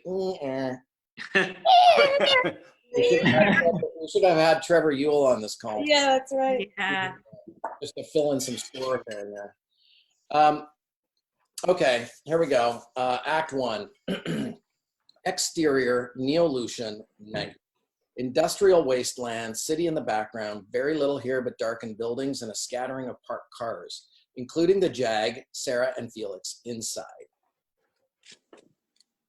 Paul was supposed to meet Olivier at an underground club he owns, and there's Paul's car, so. There was a club out here. Don't you think I'd know about it? To at least shag him before he left. What? Just remind him who's boss, you know? Not trust Paul. Maybe you can use a magic fanny on him. What a bloody mess. Even if he's not in there writing me out, the medical test could prove that I'm not Beth. Well, Cosima said they wouldn't. She's blinded by science. Maybe. But from what I got online, she's right. You and Beth are clones. So you and Beth have identical DNA. Interior police precinct boardroom night. Identical. Art and Jhnlvsqz face Beckwith, perplexed. She has crime scene photographs and a report to back up her findings. Yeah, the DNA samples from our Jane Doe in the gravel crusher and the killer in the bathroom, a match. Same person. That doesn't make any sense. Hardcastle leans up against the Jane Doe evidence wall, waits to see who to ream out. Unless there's a screw up. Someone messed up in the lab, contaminated or mislabeled the samples. Not on my watch. Then what, Janice? He shows crime scene photos, Jane Doe's body parts. I took Jane Doe DNA from a femur. Our suspect killer's DNA came from blood we found in the bathroom. So maybe the killer planted Jane Doe's blood there. More games? So she carries around a couple pints of Jane Doe's blood and splashes it around? That's more likely than she walked into my lab and tampered with the samples. Unless someone with access tampered. Art doesn't appreciate her drift, neither does Hardcastle. Are you trying to turn my ulcer into a heart attack? Jhnlvsqz shrugs, Beckwith shrugs, Art shakes his head. Look, we're missing something, okay? From the very beginning on this thing. Yeah, IDs. So if the high-tech's broken, do it the horse and carriage way. Go back to the beginning, comb the whole shit pile again. Hardcastle nods Beckwith out the door. They leave bickering. And where's the damn Jane Doe facial reconstruction? It's coming. Art and Jhnlvsqz are left alone, Art eyeing her. Someone with access? Beth wouldn't tamper with evidence. Well, maybe not. Okay. But you had questions about her run-in with the killer, didn't you? Art stands, faces the Jane Doe evidence board. Square one, like the man says. Open minds. We'll see what we find. Dismantles the board, pin by pin. Interior, Beth's Jag, night. Felix, hang on. Magic funny. All right. Oh, Christ, Felix. Cab pulls up and disgorges some edgy cyber fashionistas. They watch them step to a discreet door, ring a bell, and enter. Oh, wow. Cyberbus. That's interesting. All right, enough waiting around. He goes to get out of the car, but Felix stops her. No. You're not going in there with that recognizable mug. Besides, Clubland is my world. Felix flips a makeup bag. You bring that everywhere. Felix. Interior, Neo-Lucian, front hallway. A vampy coat check boy in an alcove. Music thumps beyond an inner door. A buzzer sounds. A huge bouncer lets in Felix, who eyes adjust to the dim light, industrial designed entryway. He smiles at the bouncer, then realizes the coat boy bears an uncanny resemblance to himself. Well, hello. But snooty coat check boy shuts him down. Neolution is a private club. Well, I know, but you look so lonely. Not even a little. Astrid, a tall, formidably masculine but curvaceous woman, enters. Silver hair, one gray eye, exudes fetish and severe don't fuck with me. Felix can tell she's the real gatekeeper. Oh, good. The brains. Can you tell this one that Snooty won't do? He's new. Guilty. But I've come all the way from Brixton to party at Neolution before I die. My friends told me to mention Olivier. That seems to soften them up. Astrid smiles. Can't help but like him. You're dying. Poor thing. Inevitably, I'm afraid. Then you're not familiar with Neolutionism. Oh, there's an ism. My darling, Neolution is far more than just a club. Astrid takes Felix's arm and the bouncer opens the door to the club. Loud music hits them. Interior Neolution, Maine. High-tech industrial, crazy light show, an energized crowd of cyberpunks, cybergoths, and rivet heads. Okay. Rivet heads. Watch projection screens showing biological processes, abstract surgical procedures. Felix is impressed as she leads him through to the bar. Augmentation, self-directed evolution. Felix clocks a couple of leaky, silver-haired, single contact lenses, a similar look to Astrid. Well, I'm intrigued. Is everyone here a Neolutionist? In a cordoned off area, Felix sees a tattooed practitioner, latex gloves. She pulls a branding iron out of a misty stainless steel container, liquid nitrogen. Not everyone. We've got techno-progressives, body mods, biohackers. Membership is really in the mind. Oh, yeah. The practitioner presses the sub-zero iron onto a clubber's wrist, freeze branding. Your eye, is that a permanent augmentation? It will be one day, but I have other enhancements. Well, a philosophy so physical makes for a very handsome tribe. So what about Olivier? Is he enhanced? Darling, you have no idea. Yeah, no. Oh, we do. We have an idea. I want to have an idea. Whose sick idea was this? Interior Neolution, Olivier's office. Club music thumps through the walls. Paul and Olivier are seated in the same chairs facing one another. Silence as Olivier scribbles notes. Paul looks tired, fed up. I've been here for hours. I should get back to her. When was the last time you and Beth were sexually intimate? 3 days ago. Who initiated it? She did. How would you characterize it? Yeah, I'm not sure if I understand the question. Would you describe the intercourse as intimate, aggressive, perfunctory, sensual? No, I would say passionate. That's generally a cold fish. It's your words. So this was out of the ordinary. On the whole, yeah. It's hard for me to help if I don't know what's going on. All of this architecture, psychological profiling, physical exams, social metrics, you must know it doesn't exist for Beth alone. I don't assume anything. Of course you do.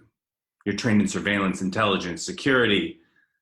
But the problem with clandestine ops is that the information and security rarely go hand in hand, which is why I've been told rather late that someone is killing our subjects. Interior, ship's hold night. Helena sits on the cot, a white bed sheet wrapped around her shoulders, her feet in a basin of warm water. I'm hungry, Tomas. No, not yet. He picks up a towel. Your task is more difficult since the real Beth Child shot our friend Maggie Chen. They're harder to find. Helena pulls her feet out of the basin. Tomas dries them with the towel. Maybe we can use the imposter.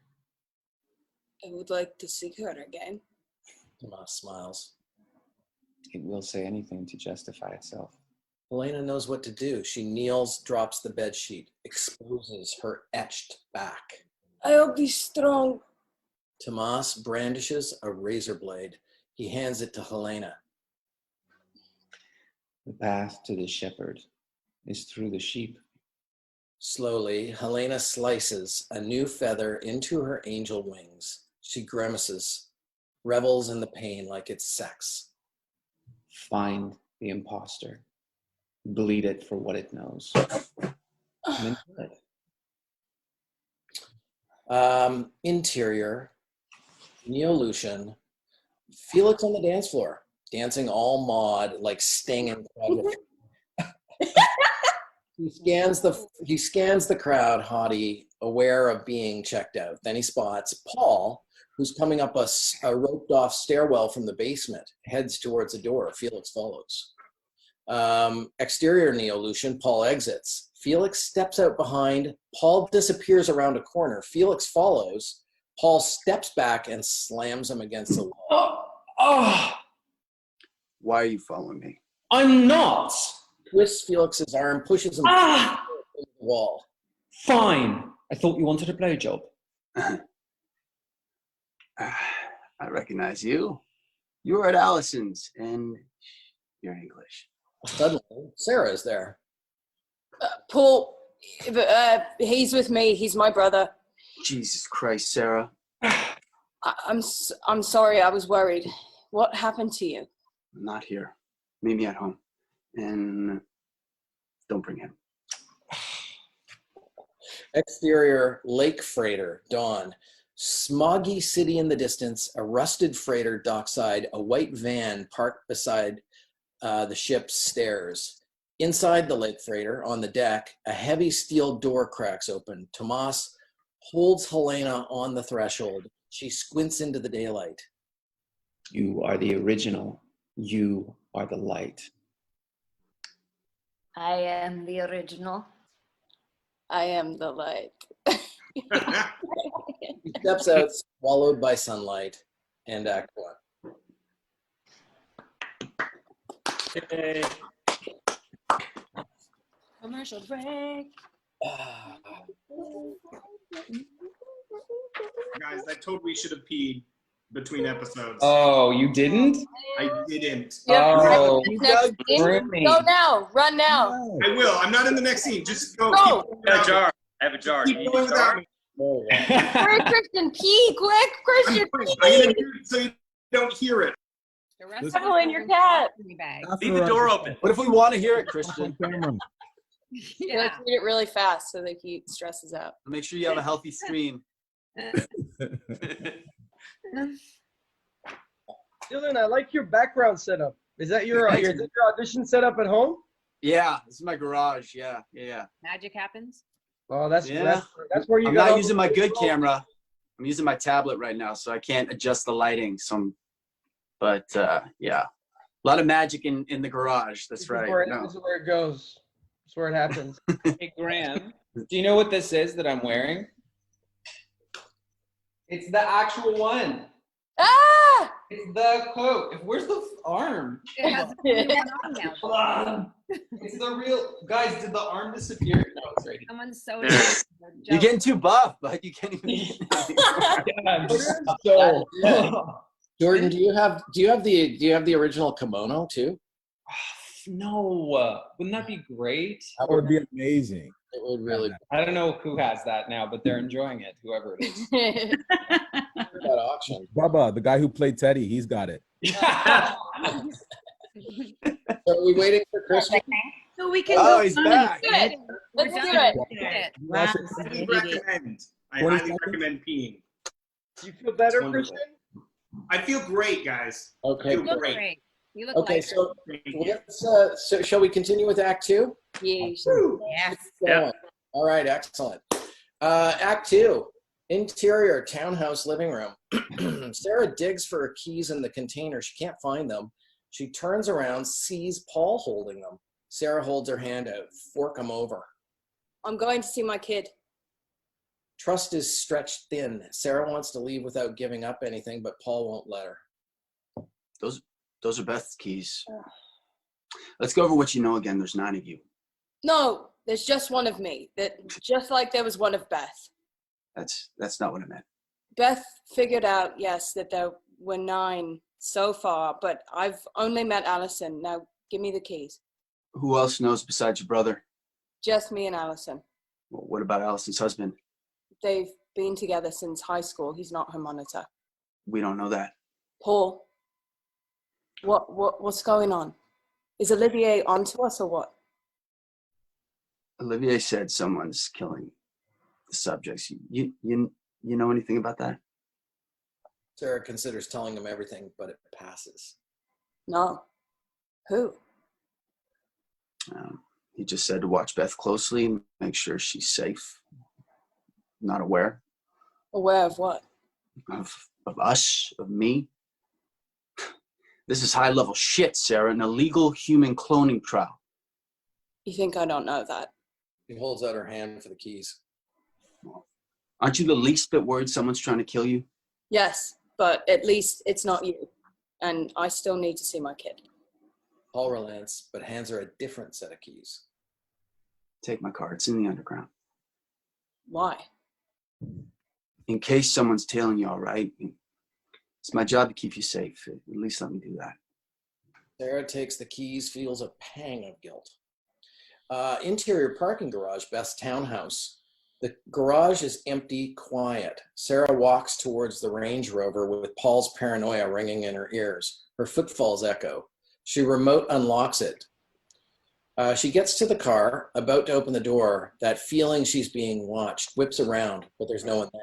Sarah turns back to the car. Helena is on the other side. She holds her palms up. I'm not here to hurt you. Shit. I just want to talk. Stay away from me, Helena. Please, I have an offer for you. But we must talk and eat. Let's have lunch. Lunch. Yeah, let's have it. Yes. So now we cut to a diner, greasy spoon, taxi driver hangout, great pie. In a booth, Sarah can't believe she's sitting across from Helena, Assassin Black. Watches her every move. Half-done dishes surround her. The girl is ravenous. Adds salt to a bowl of Jell-O. Weird. Heaps sugar into her coffee. Her manners are crude. Talks with her mouth full. I dreamed that we were friends. We're not friends. We will be. I've been it. Sarah palms a steak knife off the table, just in case. Don't they feed you wherever you go? You know my name. What is yours? No, this friendship isn't there yet. What are you, Russian? I grew up pure in a convent in Ukraine. Ukrainian nuns. Is that who made you kill Katya Obinger and the others? No.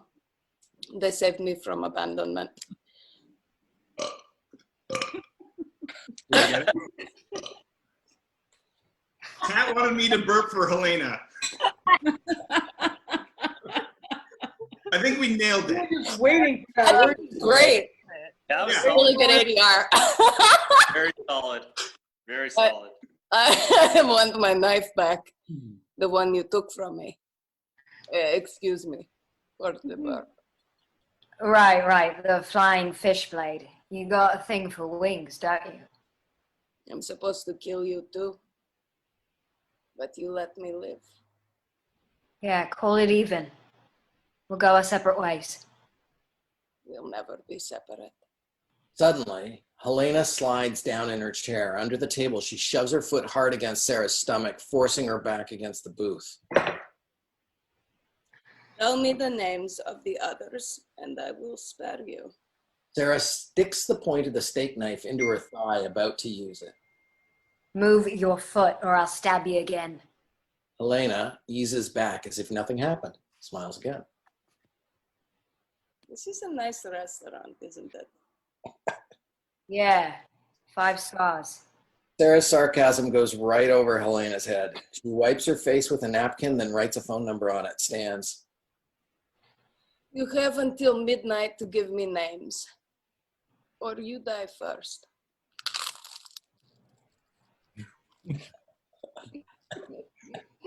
How stale is that bread? You gotta keep eating. I toasted it earlier today. It's very dry. I'm not cutting yet. You have to keep eating. Oh man. I like to roll when you're eating. Whenever you're eating, I just like to not say cut. As I'm pouring sugar, you're just like, leave it, just a little longer. Keep going. Helena leaves, Sarah stays. That was unreal. Looks at the scribbled handwriting, erratic, childlike. Interior precinct boardroom. We are close on similar childlike drawings. Helena's artwork. The Jane Doe evidence board is being rebuilt. Gruesome image by gruesome image. The rest of the case is laid out before Art and DeAngelis, a headache on the table. Art flips through crime scene photos. DeAngelis walks in carrying an evidence box. Best paperwork. It's like a mess, like she's never done it before. Jane Doe's fingerprints results aren't even filed. I know. We ran them. No match. Yeah. No, Beth checked the results, I remember. But even if there's no match, they should be here. But Art's staring at a crime scene photo, a severed hand in the gravel crusher. The man said double check everything. So let's get forensics to pull the hand and run fresh prints. So we're hitting the morgue? Yeah. I thought you'd like that. Yeah. Cool. Interior, Neolution, Olivier's office. Curled, scaly chicken claws, magnified. Olivier looks through a huge magnifying glass. Listens to Wagner as he works with his hands. Conjoins a chicken claw on a white rabbit. More rogue taxidermy. His cell buzzes. Olivier pushes the magnifier aside, answers without checking the caller ID. Hello. You have a problem. Olivier sits up, judging by his reaction, he's important. What kind of problem? I just received the results of Beth's recent medical exam. Okay. We reveal in a hotel room, Dr. Leakey is on the other end. Dark room, curtains drawn, he stares at a laptop, captivated by what he sees. She's not Beth. But all we get is the screen's reflection in his glasses. Looks like punch cards or DNA sequencing gels. Well, which one is she if she's not Beth? That is not your concern. Just bring her in. We go to Casima's apartment in the daytime. Casima. She's back? Casima's paused, half dressed to go out, phone to her ear. Yeah, and she wants your names by midnight or I'm first on the hit list. Holy shit, Sarah. Don't worry, I won't give you up. Maybe you should. Not to Helena, but to Olivier. What? You're the one who said if your blind subjects became aware, you terminate. Yeah, I'm rethinking that. Casima searches through a messy stack of clothes on her bed, holds up dresses and skirts and blouses in the mirror, fancy date outfits. Oh, great. She has a new hypothesis. Well, whoever our creators are, they have a tremendous investment in us, in our conception, our whole lives. Don't you think they'd protect us from Helena? Well, they know someone's whacking us. They do? Yeah, and Paul said it's just more of the same. Observe your lab rat, keep her stupid. Casima sighs, puts her phone on speaker so she can finish dressing. She's choosing sexy, wants to look good. Okay. Well, my end feels a little different than yours. You ever heard of this futurist, Dr. Aldous Leakey? No. He's a poster boy for a movement called Neolution. Neolution? Olivier owns a club called Neolution. Oh, well, that's interesting. Yeah, Felix says they're just a bunch of body mod and biohack freaks. Olivier's supposed to have a tail. A tail? For real? That's what she's told. Sarah gets Paul's Range Rover. Well, tail or not, they have philosophy. Delphine took me to one of Leakey's Neolution lectures. What? You agreed to stay away from Delphine? No, I didn't. You just told me to. Because you're so enthralled, you're going to come right out to her. Look, I'll walk the line just like she is. They've got to suspect that I'm aware, right? I mean, I changed my PhD to evolutionary development with a focus on cloning. Okay, you're going to end up strapped to a gurney with doctors giving you the probe. I probably already have been, haven't I? Can we get back to Helena? Okay, you know what? Just keep me out of your end. I'll keep you out of mine, bitch. Bitch. At that moment, there's a knock at Casima's door. She's not ready, Oh, shit. but whatever. She answers the door half dressed. Bonjour. Oh, I'm early. No, I'm late. Sorry. I'm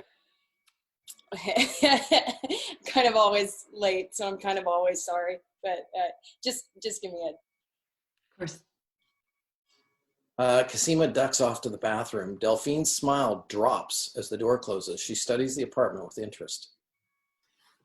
Interior, best townhouse. Freshly showered, Paul comes into the bedroom from the bathroom. Pauses for the briefest of seconds, clocking something. He walks over to his dresser, pulls out a folded shirt, steps to the living room. Whips out a gun from the shirt. Olivier sits on the couch, not the least bit unnerved by the weapon pointed his way. Jesus, Olivier. Where is she? How did you get in here? My key. Paul sees Astrid standing over by the door, arms folded, oddly ominous female muscle. We bought this place for you, remember? So it would appear not only attractive to Beth, but moderately successful. So, where's your subject? She's visiting Christine. You were supposed to keep a close eye on her. It's a girls' lunch. I couldn't force the issue. But in case this person you won't identify is tailing her, I sent her in my car. We bought your car as well. Yeah, I'm aware of that. I have new information, Paul. Olivier nods to Astrid. She exits. Olivier sets the photo face down. Your subject isn't who we think. He's an imposter. Well, I saw her a few hours ago. It wasn't her. Is this a test of some kind? The person who is killing our subjects looks exactly like Beth. Oh, you mean like a twin? Yes, Paul. A twin. And Act 2.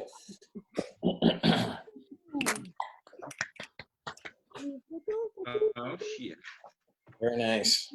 Commercial break. You have to pee. Commercial break. Maria, are you in this episode, Maria? Yes, I am. baby. Okay, when do we get to see you? Pretty soon. Okay, I can't wait. I put my Mrs. S's plaid shirt on just to get ready. You have your rifle. I'm afraid I don't have the rifle right with me. No one's going to believe it. It's not authentic if you don't have the rifle. Oh, God damn it. I'll get a Hurley.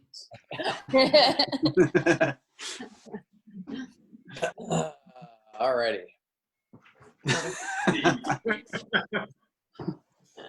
Should I be concerned about this? Oh, okay. All right, here we go.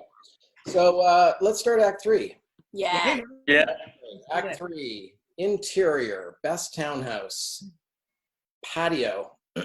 Dark, quiet. A hooded figure appears at the patio door. They bend to the lock, picking it. Lock pops, door slides open. It's Helena. She pokes around, not looking for anything in particular, but curious about everything. Interior, Neo-Lucian, Olivier's office. Paul's back is in the uncomfortable chair. No sign of Astrid. Olivier sits across from Paul in a wingback, smokes, ponders. Again, Paul's being recorded. Olivier stubs out his cigarette. You've been sharing your bed with her, where, you said earlier, she's suddenly proven a vixen. Olivia, look, you tell me that my subject has been replaced by a double. You offer me no proof. You just expect me to believe you, and now you're suggesting I'm aware of it. You're unflappable. I admire that. Oh, interior, Mrs. S. Yay. Kira plays a simple tune on the piano for Sarah beside her on the bench, but Sarah is distant, worried. Kira finishes. Mom. Oh, sorry, monkey. That was wonderful. Felix comes in. Well, at least you didn't get your tin ear. I never learned to play the piano. You were too bad, weren't you? Mm-hmm. Mrs. S comes down the stairs with a thick scrapbook. Your mum just didn't work at it hard enough, love. Right, move over. Let me teach you some Queen. Uncle Felix wasn't bad. He was a different kind of bad. Sarah joins Mrs. S, her preoccupation still evident. What's all that? Mostly me, some of you. Sarah opens the scrapbook. Photographs and news clippings. England in the late 70s through mid 80s. Punks, labor strife, the Falklands War. The Falklands War. Over a couple of whiskeys, Mrs. S flips through a weathered scrapbook for Sarah, a timeline beneath her narrative. England was burning. Margaret Thatcher, the slag, firing all barrels in Ireland, the Falklands. She sacked Social Security, came after immigrants, the poor, unions. They come to a black and white photo, a Brixton row house. It's racially mixed denizens gathered on the steps. What do you remember about the house in Brixton, about my people then? Not much. There was always women around. Kids would come and go. Wards of the state. They weren't all wards. We were a safe house, really. Some of us worked in social services, you know. We helped women and kids, refugees, deportees, radicals on the run. More photos, refugees and children. Mrs. S lingers over one, a young, proud black radical. This boy, Carlton. Carlton. Yeah, I remember him. He was a fine boy, fine man. Sometimes his pipeline would bring a child in the black, a child to hide. And you were one of those. Photo of Sarah at age 6, a gutter snipe. Why did you have to hide me? We didn't ask what we didn't need to know. But I knew the channels to legitimize a child, so I became your guardian. A photo of Sarah with wee Felix and Mrs. S. The last I heard from Carlton, he was about to be arrested. And so he asked, well, no, he begged me to move you away, to hide you deeper. So I left everyone I knew and I brought you and Felix here. Sarah suddenly feels the gravity of Mrs. S's sacrifice, starts to say something, but she has no words. I'll get Kira ready for bed. Mrs. S leaves her with the scrapbook and bottle. Interior, Beth's townhouse. Helena looks at photos on the fridge. She opens the fridge, digs inside, finds a container of Tupperware. Inside, last night's chicken. At the morgue, gloved hands pull open a stainless steel door. Dig out a Tupperware container. Inside, a severed hand. Curled fingers. Colin displays the chilled Jane Doe body parts for Art, Jhnlvsqz, and Beckwith. You guys know you already took prints, right? Yep. We're looking at the whole chain again. Angle on Beckwith uncurls the fingers with finger screw. Jhnlvsqz is fascinated. Look, check that shit out. Finger screw. You're in the wrong department, Angie. You want her? Jhnlvsqz grins. Beckwith dabs a dead finger in ink, rolls it on paper. Jhnlvsqz cocks her chin at Colin. Hey, you ever seen a like a post-mortem spasm? Creepy. You're creepy. Beth's townhouse. Helena pokes through the closet, smells his or pokes through dresser drawers. She sniffs both pillows on the bed, catches Sarah's scent, lies down on her side. Interior wine bar, mezzanine. Cassima and Delphine dine on wine, enjoying each other's company. I should have ended the relationship before I left Paris. Cold turkey, right? That's the only way to go. Cold turkey. What is this? Oh, it means abruptly. Yes. Yeah, he was going to follow next month, but I changed my mind. Oh, so you're the asshole. I am the cold turkey asshole. Something catches Casima's eye. No way. Dr. Leakey below them gathers his coat from the coat check. She looks to Delphine curiously, then motions to Leakey. Delphine looks, her face lights up. It's Dr. Leakey. Should we invite him? It's You're like single now, Oh, no, he's too old. but his mind is sexy. Nice, right? Okay, I'll get him. she gets up from the table with a grin. Casima's POV. Out of earshot, Delphine nervously slips up behind Leakey, looks up and smiles at Casima. She taps him on the shoulder. If they're acting, they're very good. Leakey can't quite place her. She's mildly starstruck and cute. Points up to Casima. Now he remembers, waves, and graciously accepts the invitation. Off Casima. Okay, what's next? Inside Olivier's office at the Neo-Lucian nightclub, Olivier studies Paul. Now this is a test of his loyalty. I don't know what to say, Olivier. To me, she's still Beth.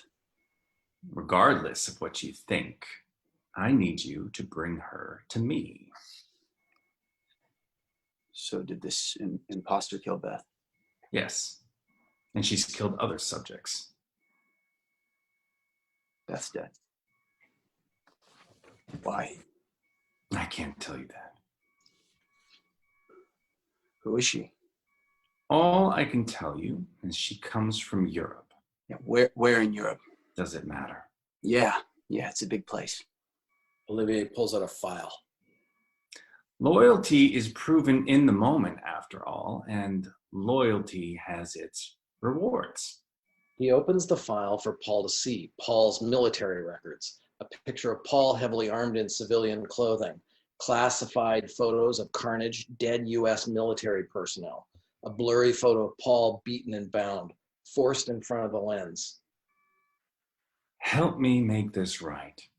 Afghanistan goes away. You're free of your debt to us. You get your life back, Paul. Paul's taken aback. He can almost taste the golden carrot. Yeah, I have my phone back. Back to the wine bar. Casima sits across from Delphine and Dr. Leakey. They huddle around an important bottle of red. Dr. Leakey is charming, gracious, likable. Yeah, I'm still working it out with my advisors, but my dissertation is about epigenetic influence on clone cells. Oh, fascinating field. Are either of you familiar with our work at the Dyad Institute? Your immunology papers, yes. Then you'll be interested in this too, Delphine. We've created a pluripotent stem cell line from human baby teeth. Casima sips her wine, needs it, walking close to the edge, reading reactions, but they're so good at playing their cards. You've perfected a number of proprietary cloning techniques in bacteria, insects, amphibians, human skin grafts. Yep, that's correct. And you're also patenting, who can read? You need more wine? Yeah, More wine. thank you. Yeah. And you're also patenting transgenic embryonic stem cells, right? You're a science? I'm a scientist. Don't question it. I have glasses on. Okay, you've got glasses. That's all you need. Yeah. That's all you need. That's great. Dreadlocks. Yeah, I mean, we hope to patent transgenic embryonic stem cells. See how that rolled off the tongue? But once we get the necessary approval, that's not public knowledge. No, but I did some digging and then I guessed. Casima, she's very cheeky. That's why I like her. You know, I'm always looking for undiscovered wines and brilliant minds. What do you think? What do you think? Both of you. Creepy. What? It's not creepy. What do you guys think of, both of you, of applying to the Institute? We have a number of grants and programs to fund outside studies. You're propositioning us. Well, who knows? You could be the next Watson and Crick. I'm just a geek girl from Berkeley. Well, I can tell you have a very unique perspective, Cosima. One day, you could be on the cover of Scientific American. Scientific American doesn't put scientists on the cover. Well, every rule needs to be broken. More wine? Not creepy at all. Back to Olivier's office at Neolution. Astrid has been called in. She hands Paul his phone back, stands behind him ominously. Put it on speaker. Paul dials, puts his phone between himself and Olivier, and we intercut the next scene. Sarah and Felix get ready to leave. Mrs. S presses the scrapbook into Sarah's hand. If you have to go back to go forward, I understand. But let me know. It might still be dangerous. Sarah gives Mrs. S a sudden hug. Neither of them expected that, but Mrs. S welcomes. I will keep Kira safe, just like I kept you. One more story, Mummy. Oh, you already had your story, and now it's time for bed. Okay, monkey swing to Felix. Right, come on. I'm gonna squeeze you to sleep. Sarah steps aside and answers her phone. Hello? Hi, Beth. Hey, hey, what's up? Not much. I just need you to do something for me. Okay. On Paul, eyes locked with Olivier over the phone. He hangs on the verge of selling her out. They know you're not Beth. Run. Olivier darkens with a smile. He knew it too. In a flash, he lunges at Paul with a syringe. Paul reacts, deflects Olivier, but Astrid comes at him from behind, stabs a syringe into Paul's neck. Together, Astrid and Olivier struggle to subdue growling Paul. It takes effect and does it for them. His fingers lose their grip. Paul goes slack. On Sarah, the phone goes dead. Jesus Christ. And Act 3. Woo.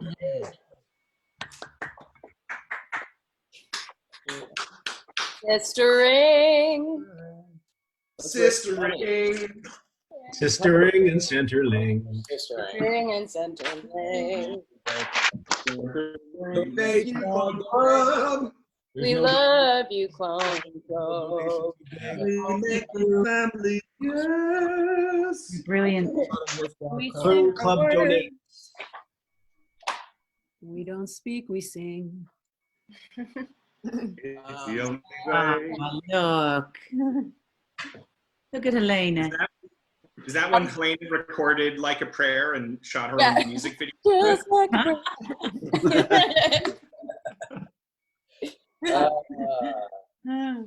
All right. Shall we move on? Yeah. All right. Act 4. Here we go. We're inside Paul's Range Rover. Felix and Sarah are in the Range Rover, and we're back outside Club Neolution. All right, so Big Dick Paul just proved he's down with you for real, but he also said to run. I can't just leave him be. It's probably my fault he's in there. So you're gonna go to take Cosima's bad advice and fess up to Olivier? I have an even worse idea. No. It's probably the worst idea I've ever had. Sarah pulls out a napkin, and there's a phone number scrawled on it. We cut to Beth's townhouse. Helena sits at the table, holds a fork, an empty place sitting before her. Across from her, another empty setting. And behind the setting, a photo frame of smiling Paul. Helena pretends to eat, talks like Sarah, plays house. How was your day, Paul? Yes, I also had a pleasant day. I went working and shopping.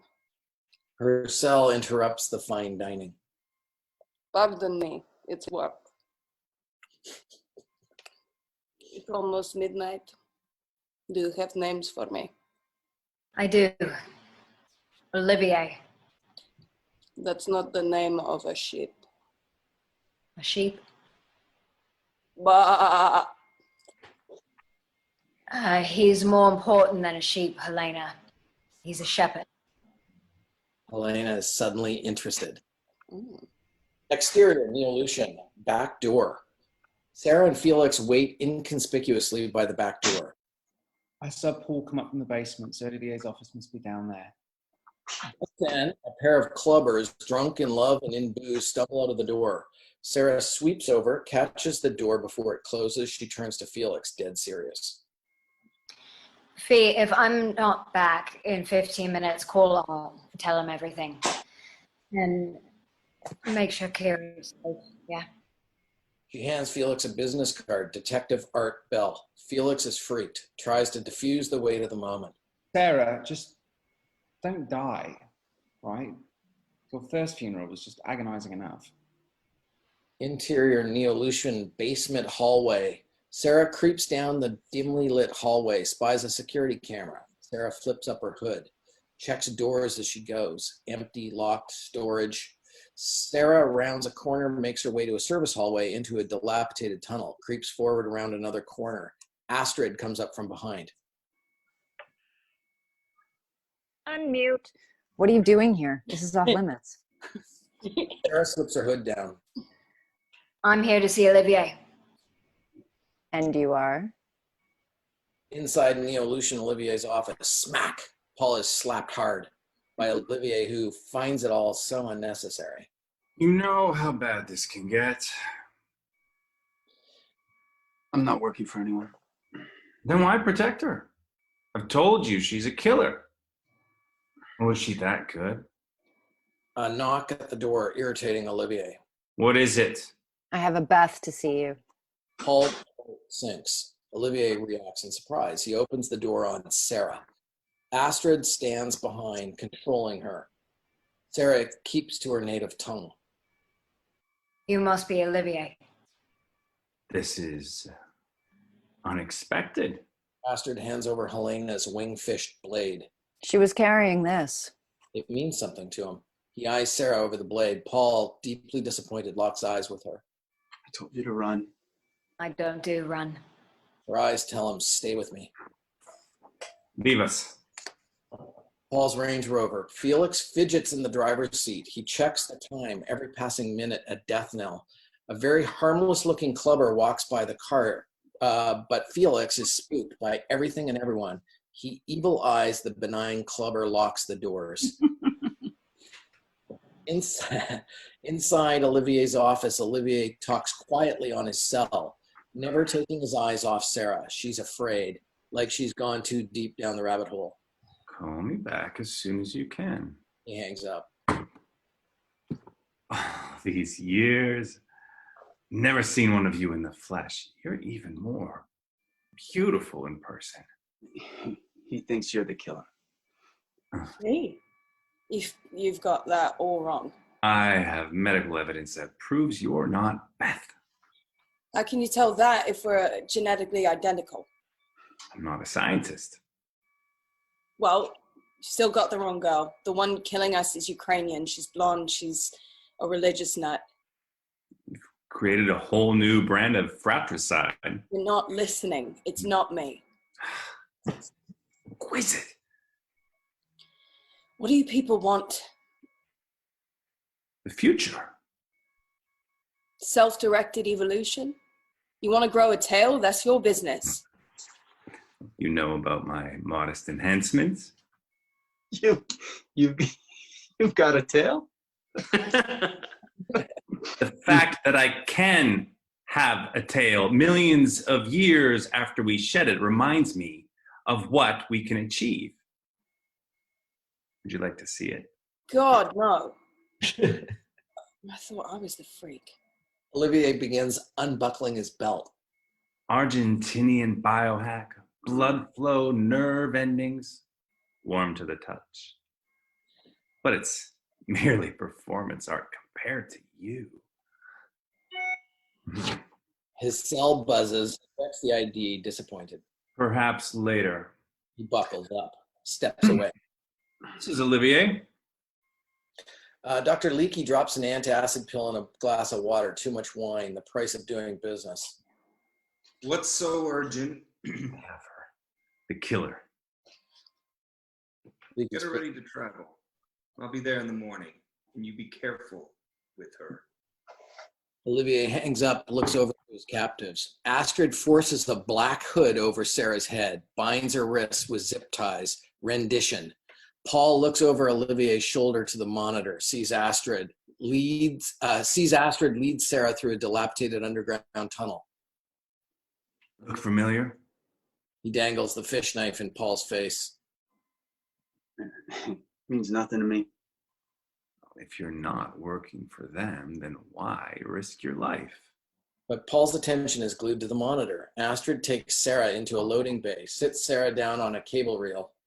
Olivier looks back to the monitor. To Sarah, now he understands. Oh, she's irresistible, isn't she? Paul says nothing. She's why you're doing this. As Paul eyes the monitor, a third figure enters the frame, hood up, behind Astrid, raises a metal bar, hits Astrid in the back of the head. She never saw it coming. Olivier walks in front of Paul, blocks his view. If I were your position, I would fall in love with her too. Sarah, Neo-Lucian loading bay. Sarah, still hooded, panic breath, ears tuned, knows that something's happening. A hand reaches for her. Helena. Sarah flinches as she touches her gently. The fabric sucks in and out over Sarah's mouth. Hello, friend. About time. Do you want to be saved? Yes, Helena, untie me. Give me a name. I gave you Olivier. Helena touches her face over the hood, slides her hands down her throat.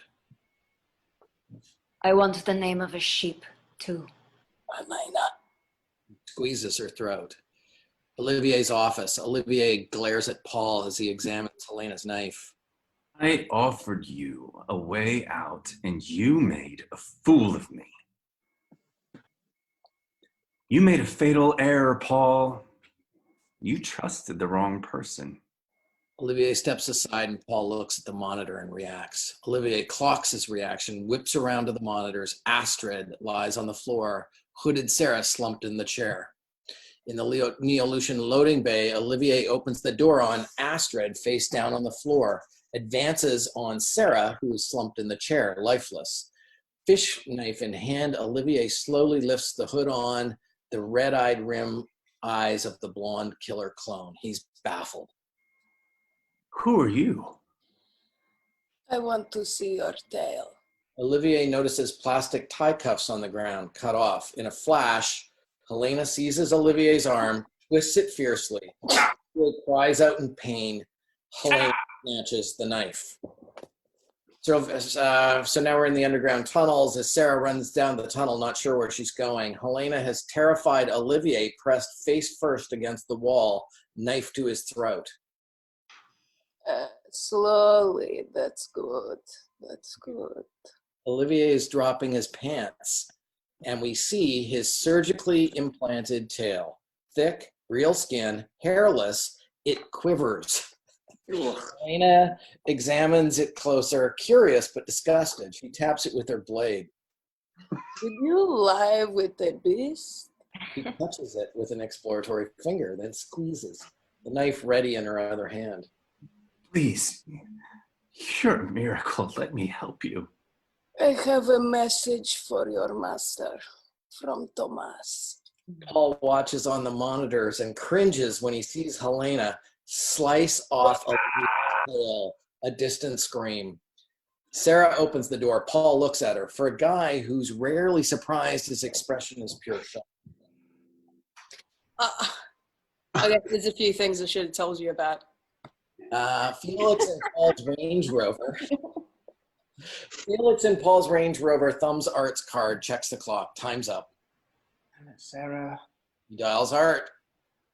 At the precinct, Art's cell vibrates, and there's no one here to answer it. Art hustles back in, chews on a burger, answers. Detective Art Belt. Hi, detective. You don't know me, but I need to talk to you about Beth Childs. Bang, bang, bang. Sarah knocks on the window. Paul's with her. Open the bloody door. This. Beth. What about her? Sorry, wrong number. He hangs up, unlocks the door. Sarah and Paul pile in. Back on the Neo-Lucian dance floor, music thumps, dancers thrash, the floor is packed wild animal. Through the seething bodies, we catch glimpses of a shock of white hair. Helena sways to the music. Her eyes closed, one arm aloft, scar wings spread like a bird of prey, lost in her own mad, holy dance. In her other hand, she holds something, throws it to the floor, and walks off through the crowd. On the floor, we see Olivier's bloody, severed tail.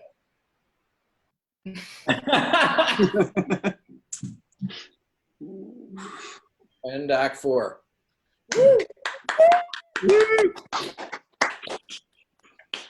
That was somebody's invented idea, hey? Yeah, what was that scoop? What's the scoop with the tail there, John? I don't know that the tail was my idea. I don't know if I can. Own it, John. Take ownership of that. It's Graham's idea. I always thought Graham was crazy. Big Star was a lot of trouble to get it cast. It was. Really? It was a really early idea. Was it because it was so phallic? It was so phallic and gross. The most phallic. And Tatiana, you landed it every time as you threw it over your shoulder for the last shot of the episode. Yeah. That? Thrown tail before. Guys, John and Graham, I got a question for you guys. Tail thrower. How long in advance did you guys know what was going to? How many seasons did you guys have when we started shooting? About 3 episodes? Yeah, about 3 episodes. Really? You guys were writing as we were kind of didn't have like an ending pre-thought before we started shooting? I think we had an idea of our season ending for sure. I think we definitely knew that. I think that we didn't really, it wasn't until we sort of figured out that we weren't going to get canceled after season 1 that we actually came up. We went, actually, maybe we should make a plan here. Wow. I remember reading the Bible and you had 3 seasons laid out and we used all of that in like the first 7 episodes. Yeah. That was typically the case. Yeah. We burned through a lot of story very quickly. Speaking of burning through story, do you guys want to do you want to put more signs up or do you want to go on with Do it. Let's keep going. Black 5. This is the climactic finale. of episode 107. Here we go. Interior, Felix's loft, night. Sarah sits beside Paul on Felix's bed. Felix drops 2 glasses of scotch on the stage. Oh, right, we're on the stage. There's a weird stage in Felix's loft, I forgot. So he hands them glasses of scotch. You had to give her a name? Yeah, mine. I told her who I was. Sarah. But she has a thing for me. Paul takes her hand and holds it. There's too much passing between them for Felix, who tosses back his own drink. All right, well, 3's a crowd, so I'll be getting drunk by myself at Bobby's bar.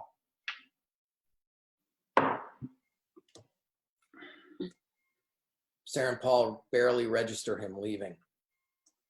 We can't go back to the townhouse. It's not safe, though. They'll be looking for us. We should... Sarah places a finger over his lips. She kisses him. Tender, genuine. Finally, their guards are down. No more lies. Sarah eases him back on the bed. Oh. I don't remember that. Wow. Couched it. I think we did a couch. Couch. Oh, it was couch. Okay. Casima's apartment. Casima leans against the counter, a glass of wine in one hand, Dr. Leakey's business card in the other. Delphine fills up her wine glass. Working with Dr. Leakey could be the opportunity of a lifetime. I know. Then why are you being so coy? Casima steps over to her close. Isn't it time that we admitted what this is really about? Delphine holds her breath. The moment of recognition is here, but then Casima kisses her. For a moment, it lingers. Delphine pulls back in shock, a hand to her mouth. Oh, no, Delphine. I'm really sorry. Did I just make a huge mistake? No, I have to go. Delphine. But Delphine gathers her things and leaves in the quick. Downs her wine. She pushed it too far, too fast. Police precinct, squad room. It's a ghost town at this time of night. There's 2 desk lights on, Art and Jhnlvsqz. Art's on his way out, grabs his coat. I'm going home. You should too. I miss all the fun. Jhnlvsqz opens a new email in her inbox. Results from Central. PDF report shows 2 sets of fingerprints. Art, you got to see this, man. Art amps over, yawns, not expecting much. He looks at Jhnlvsqz's screen, just like that, reacts like he just saw a ghost. Staring back at them, Sarah Manning's mugshot.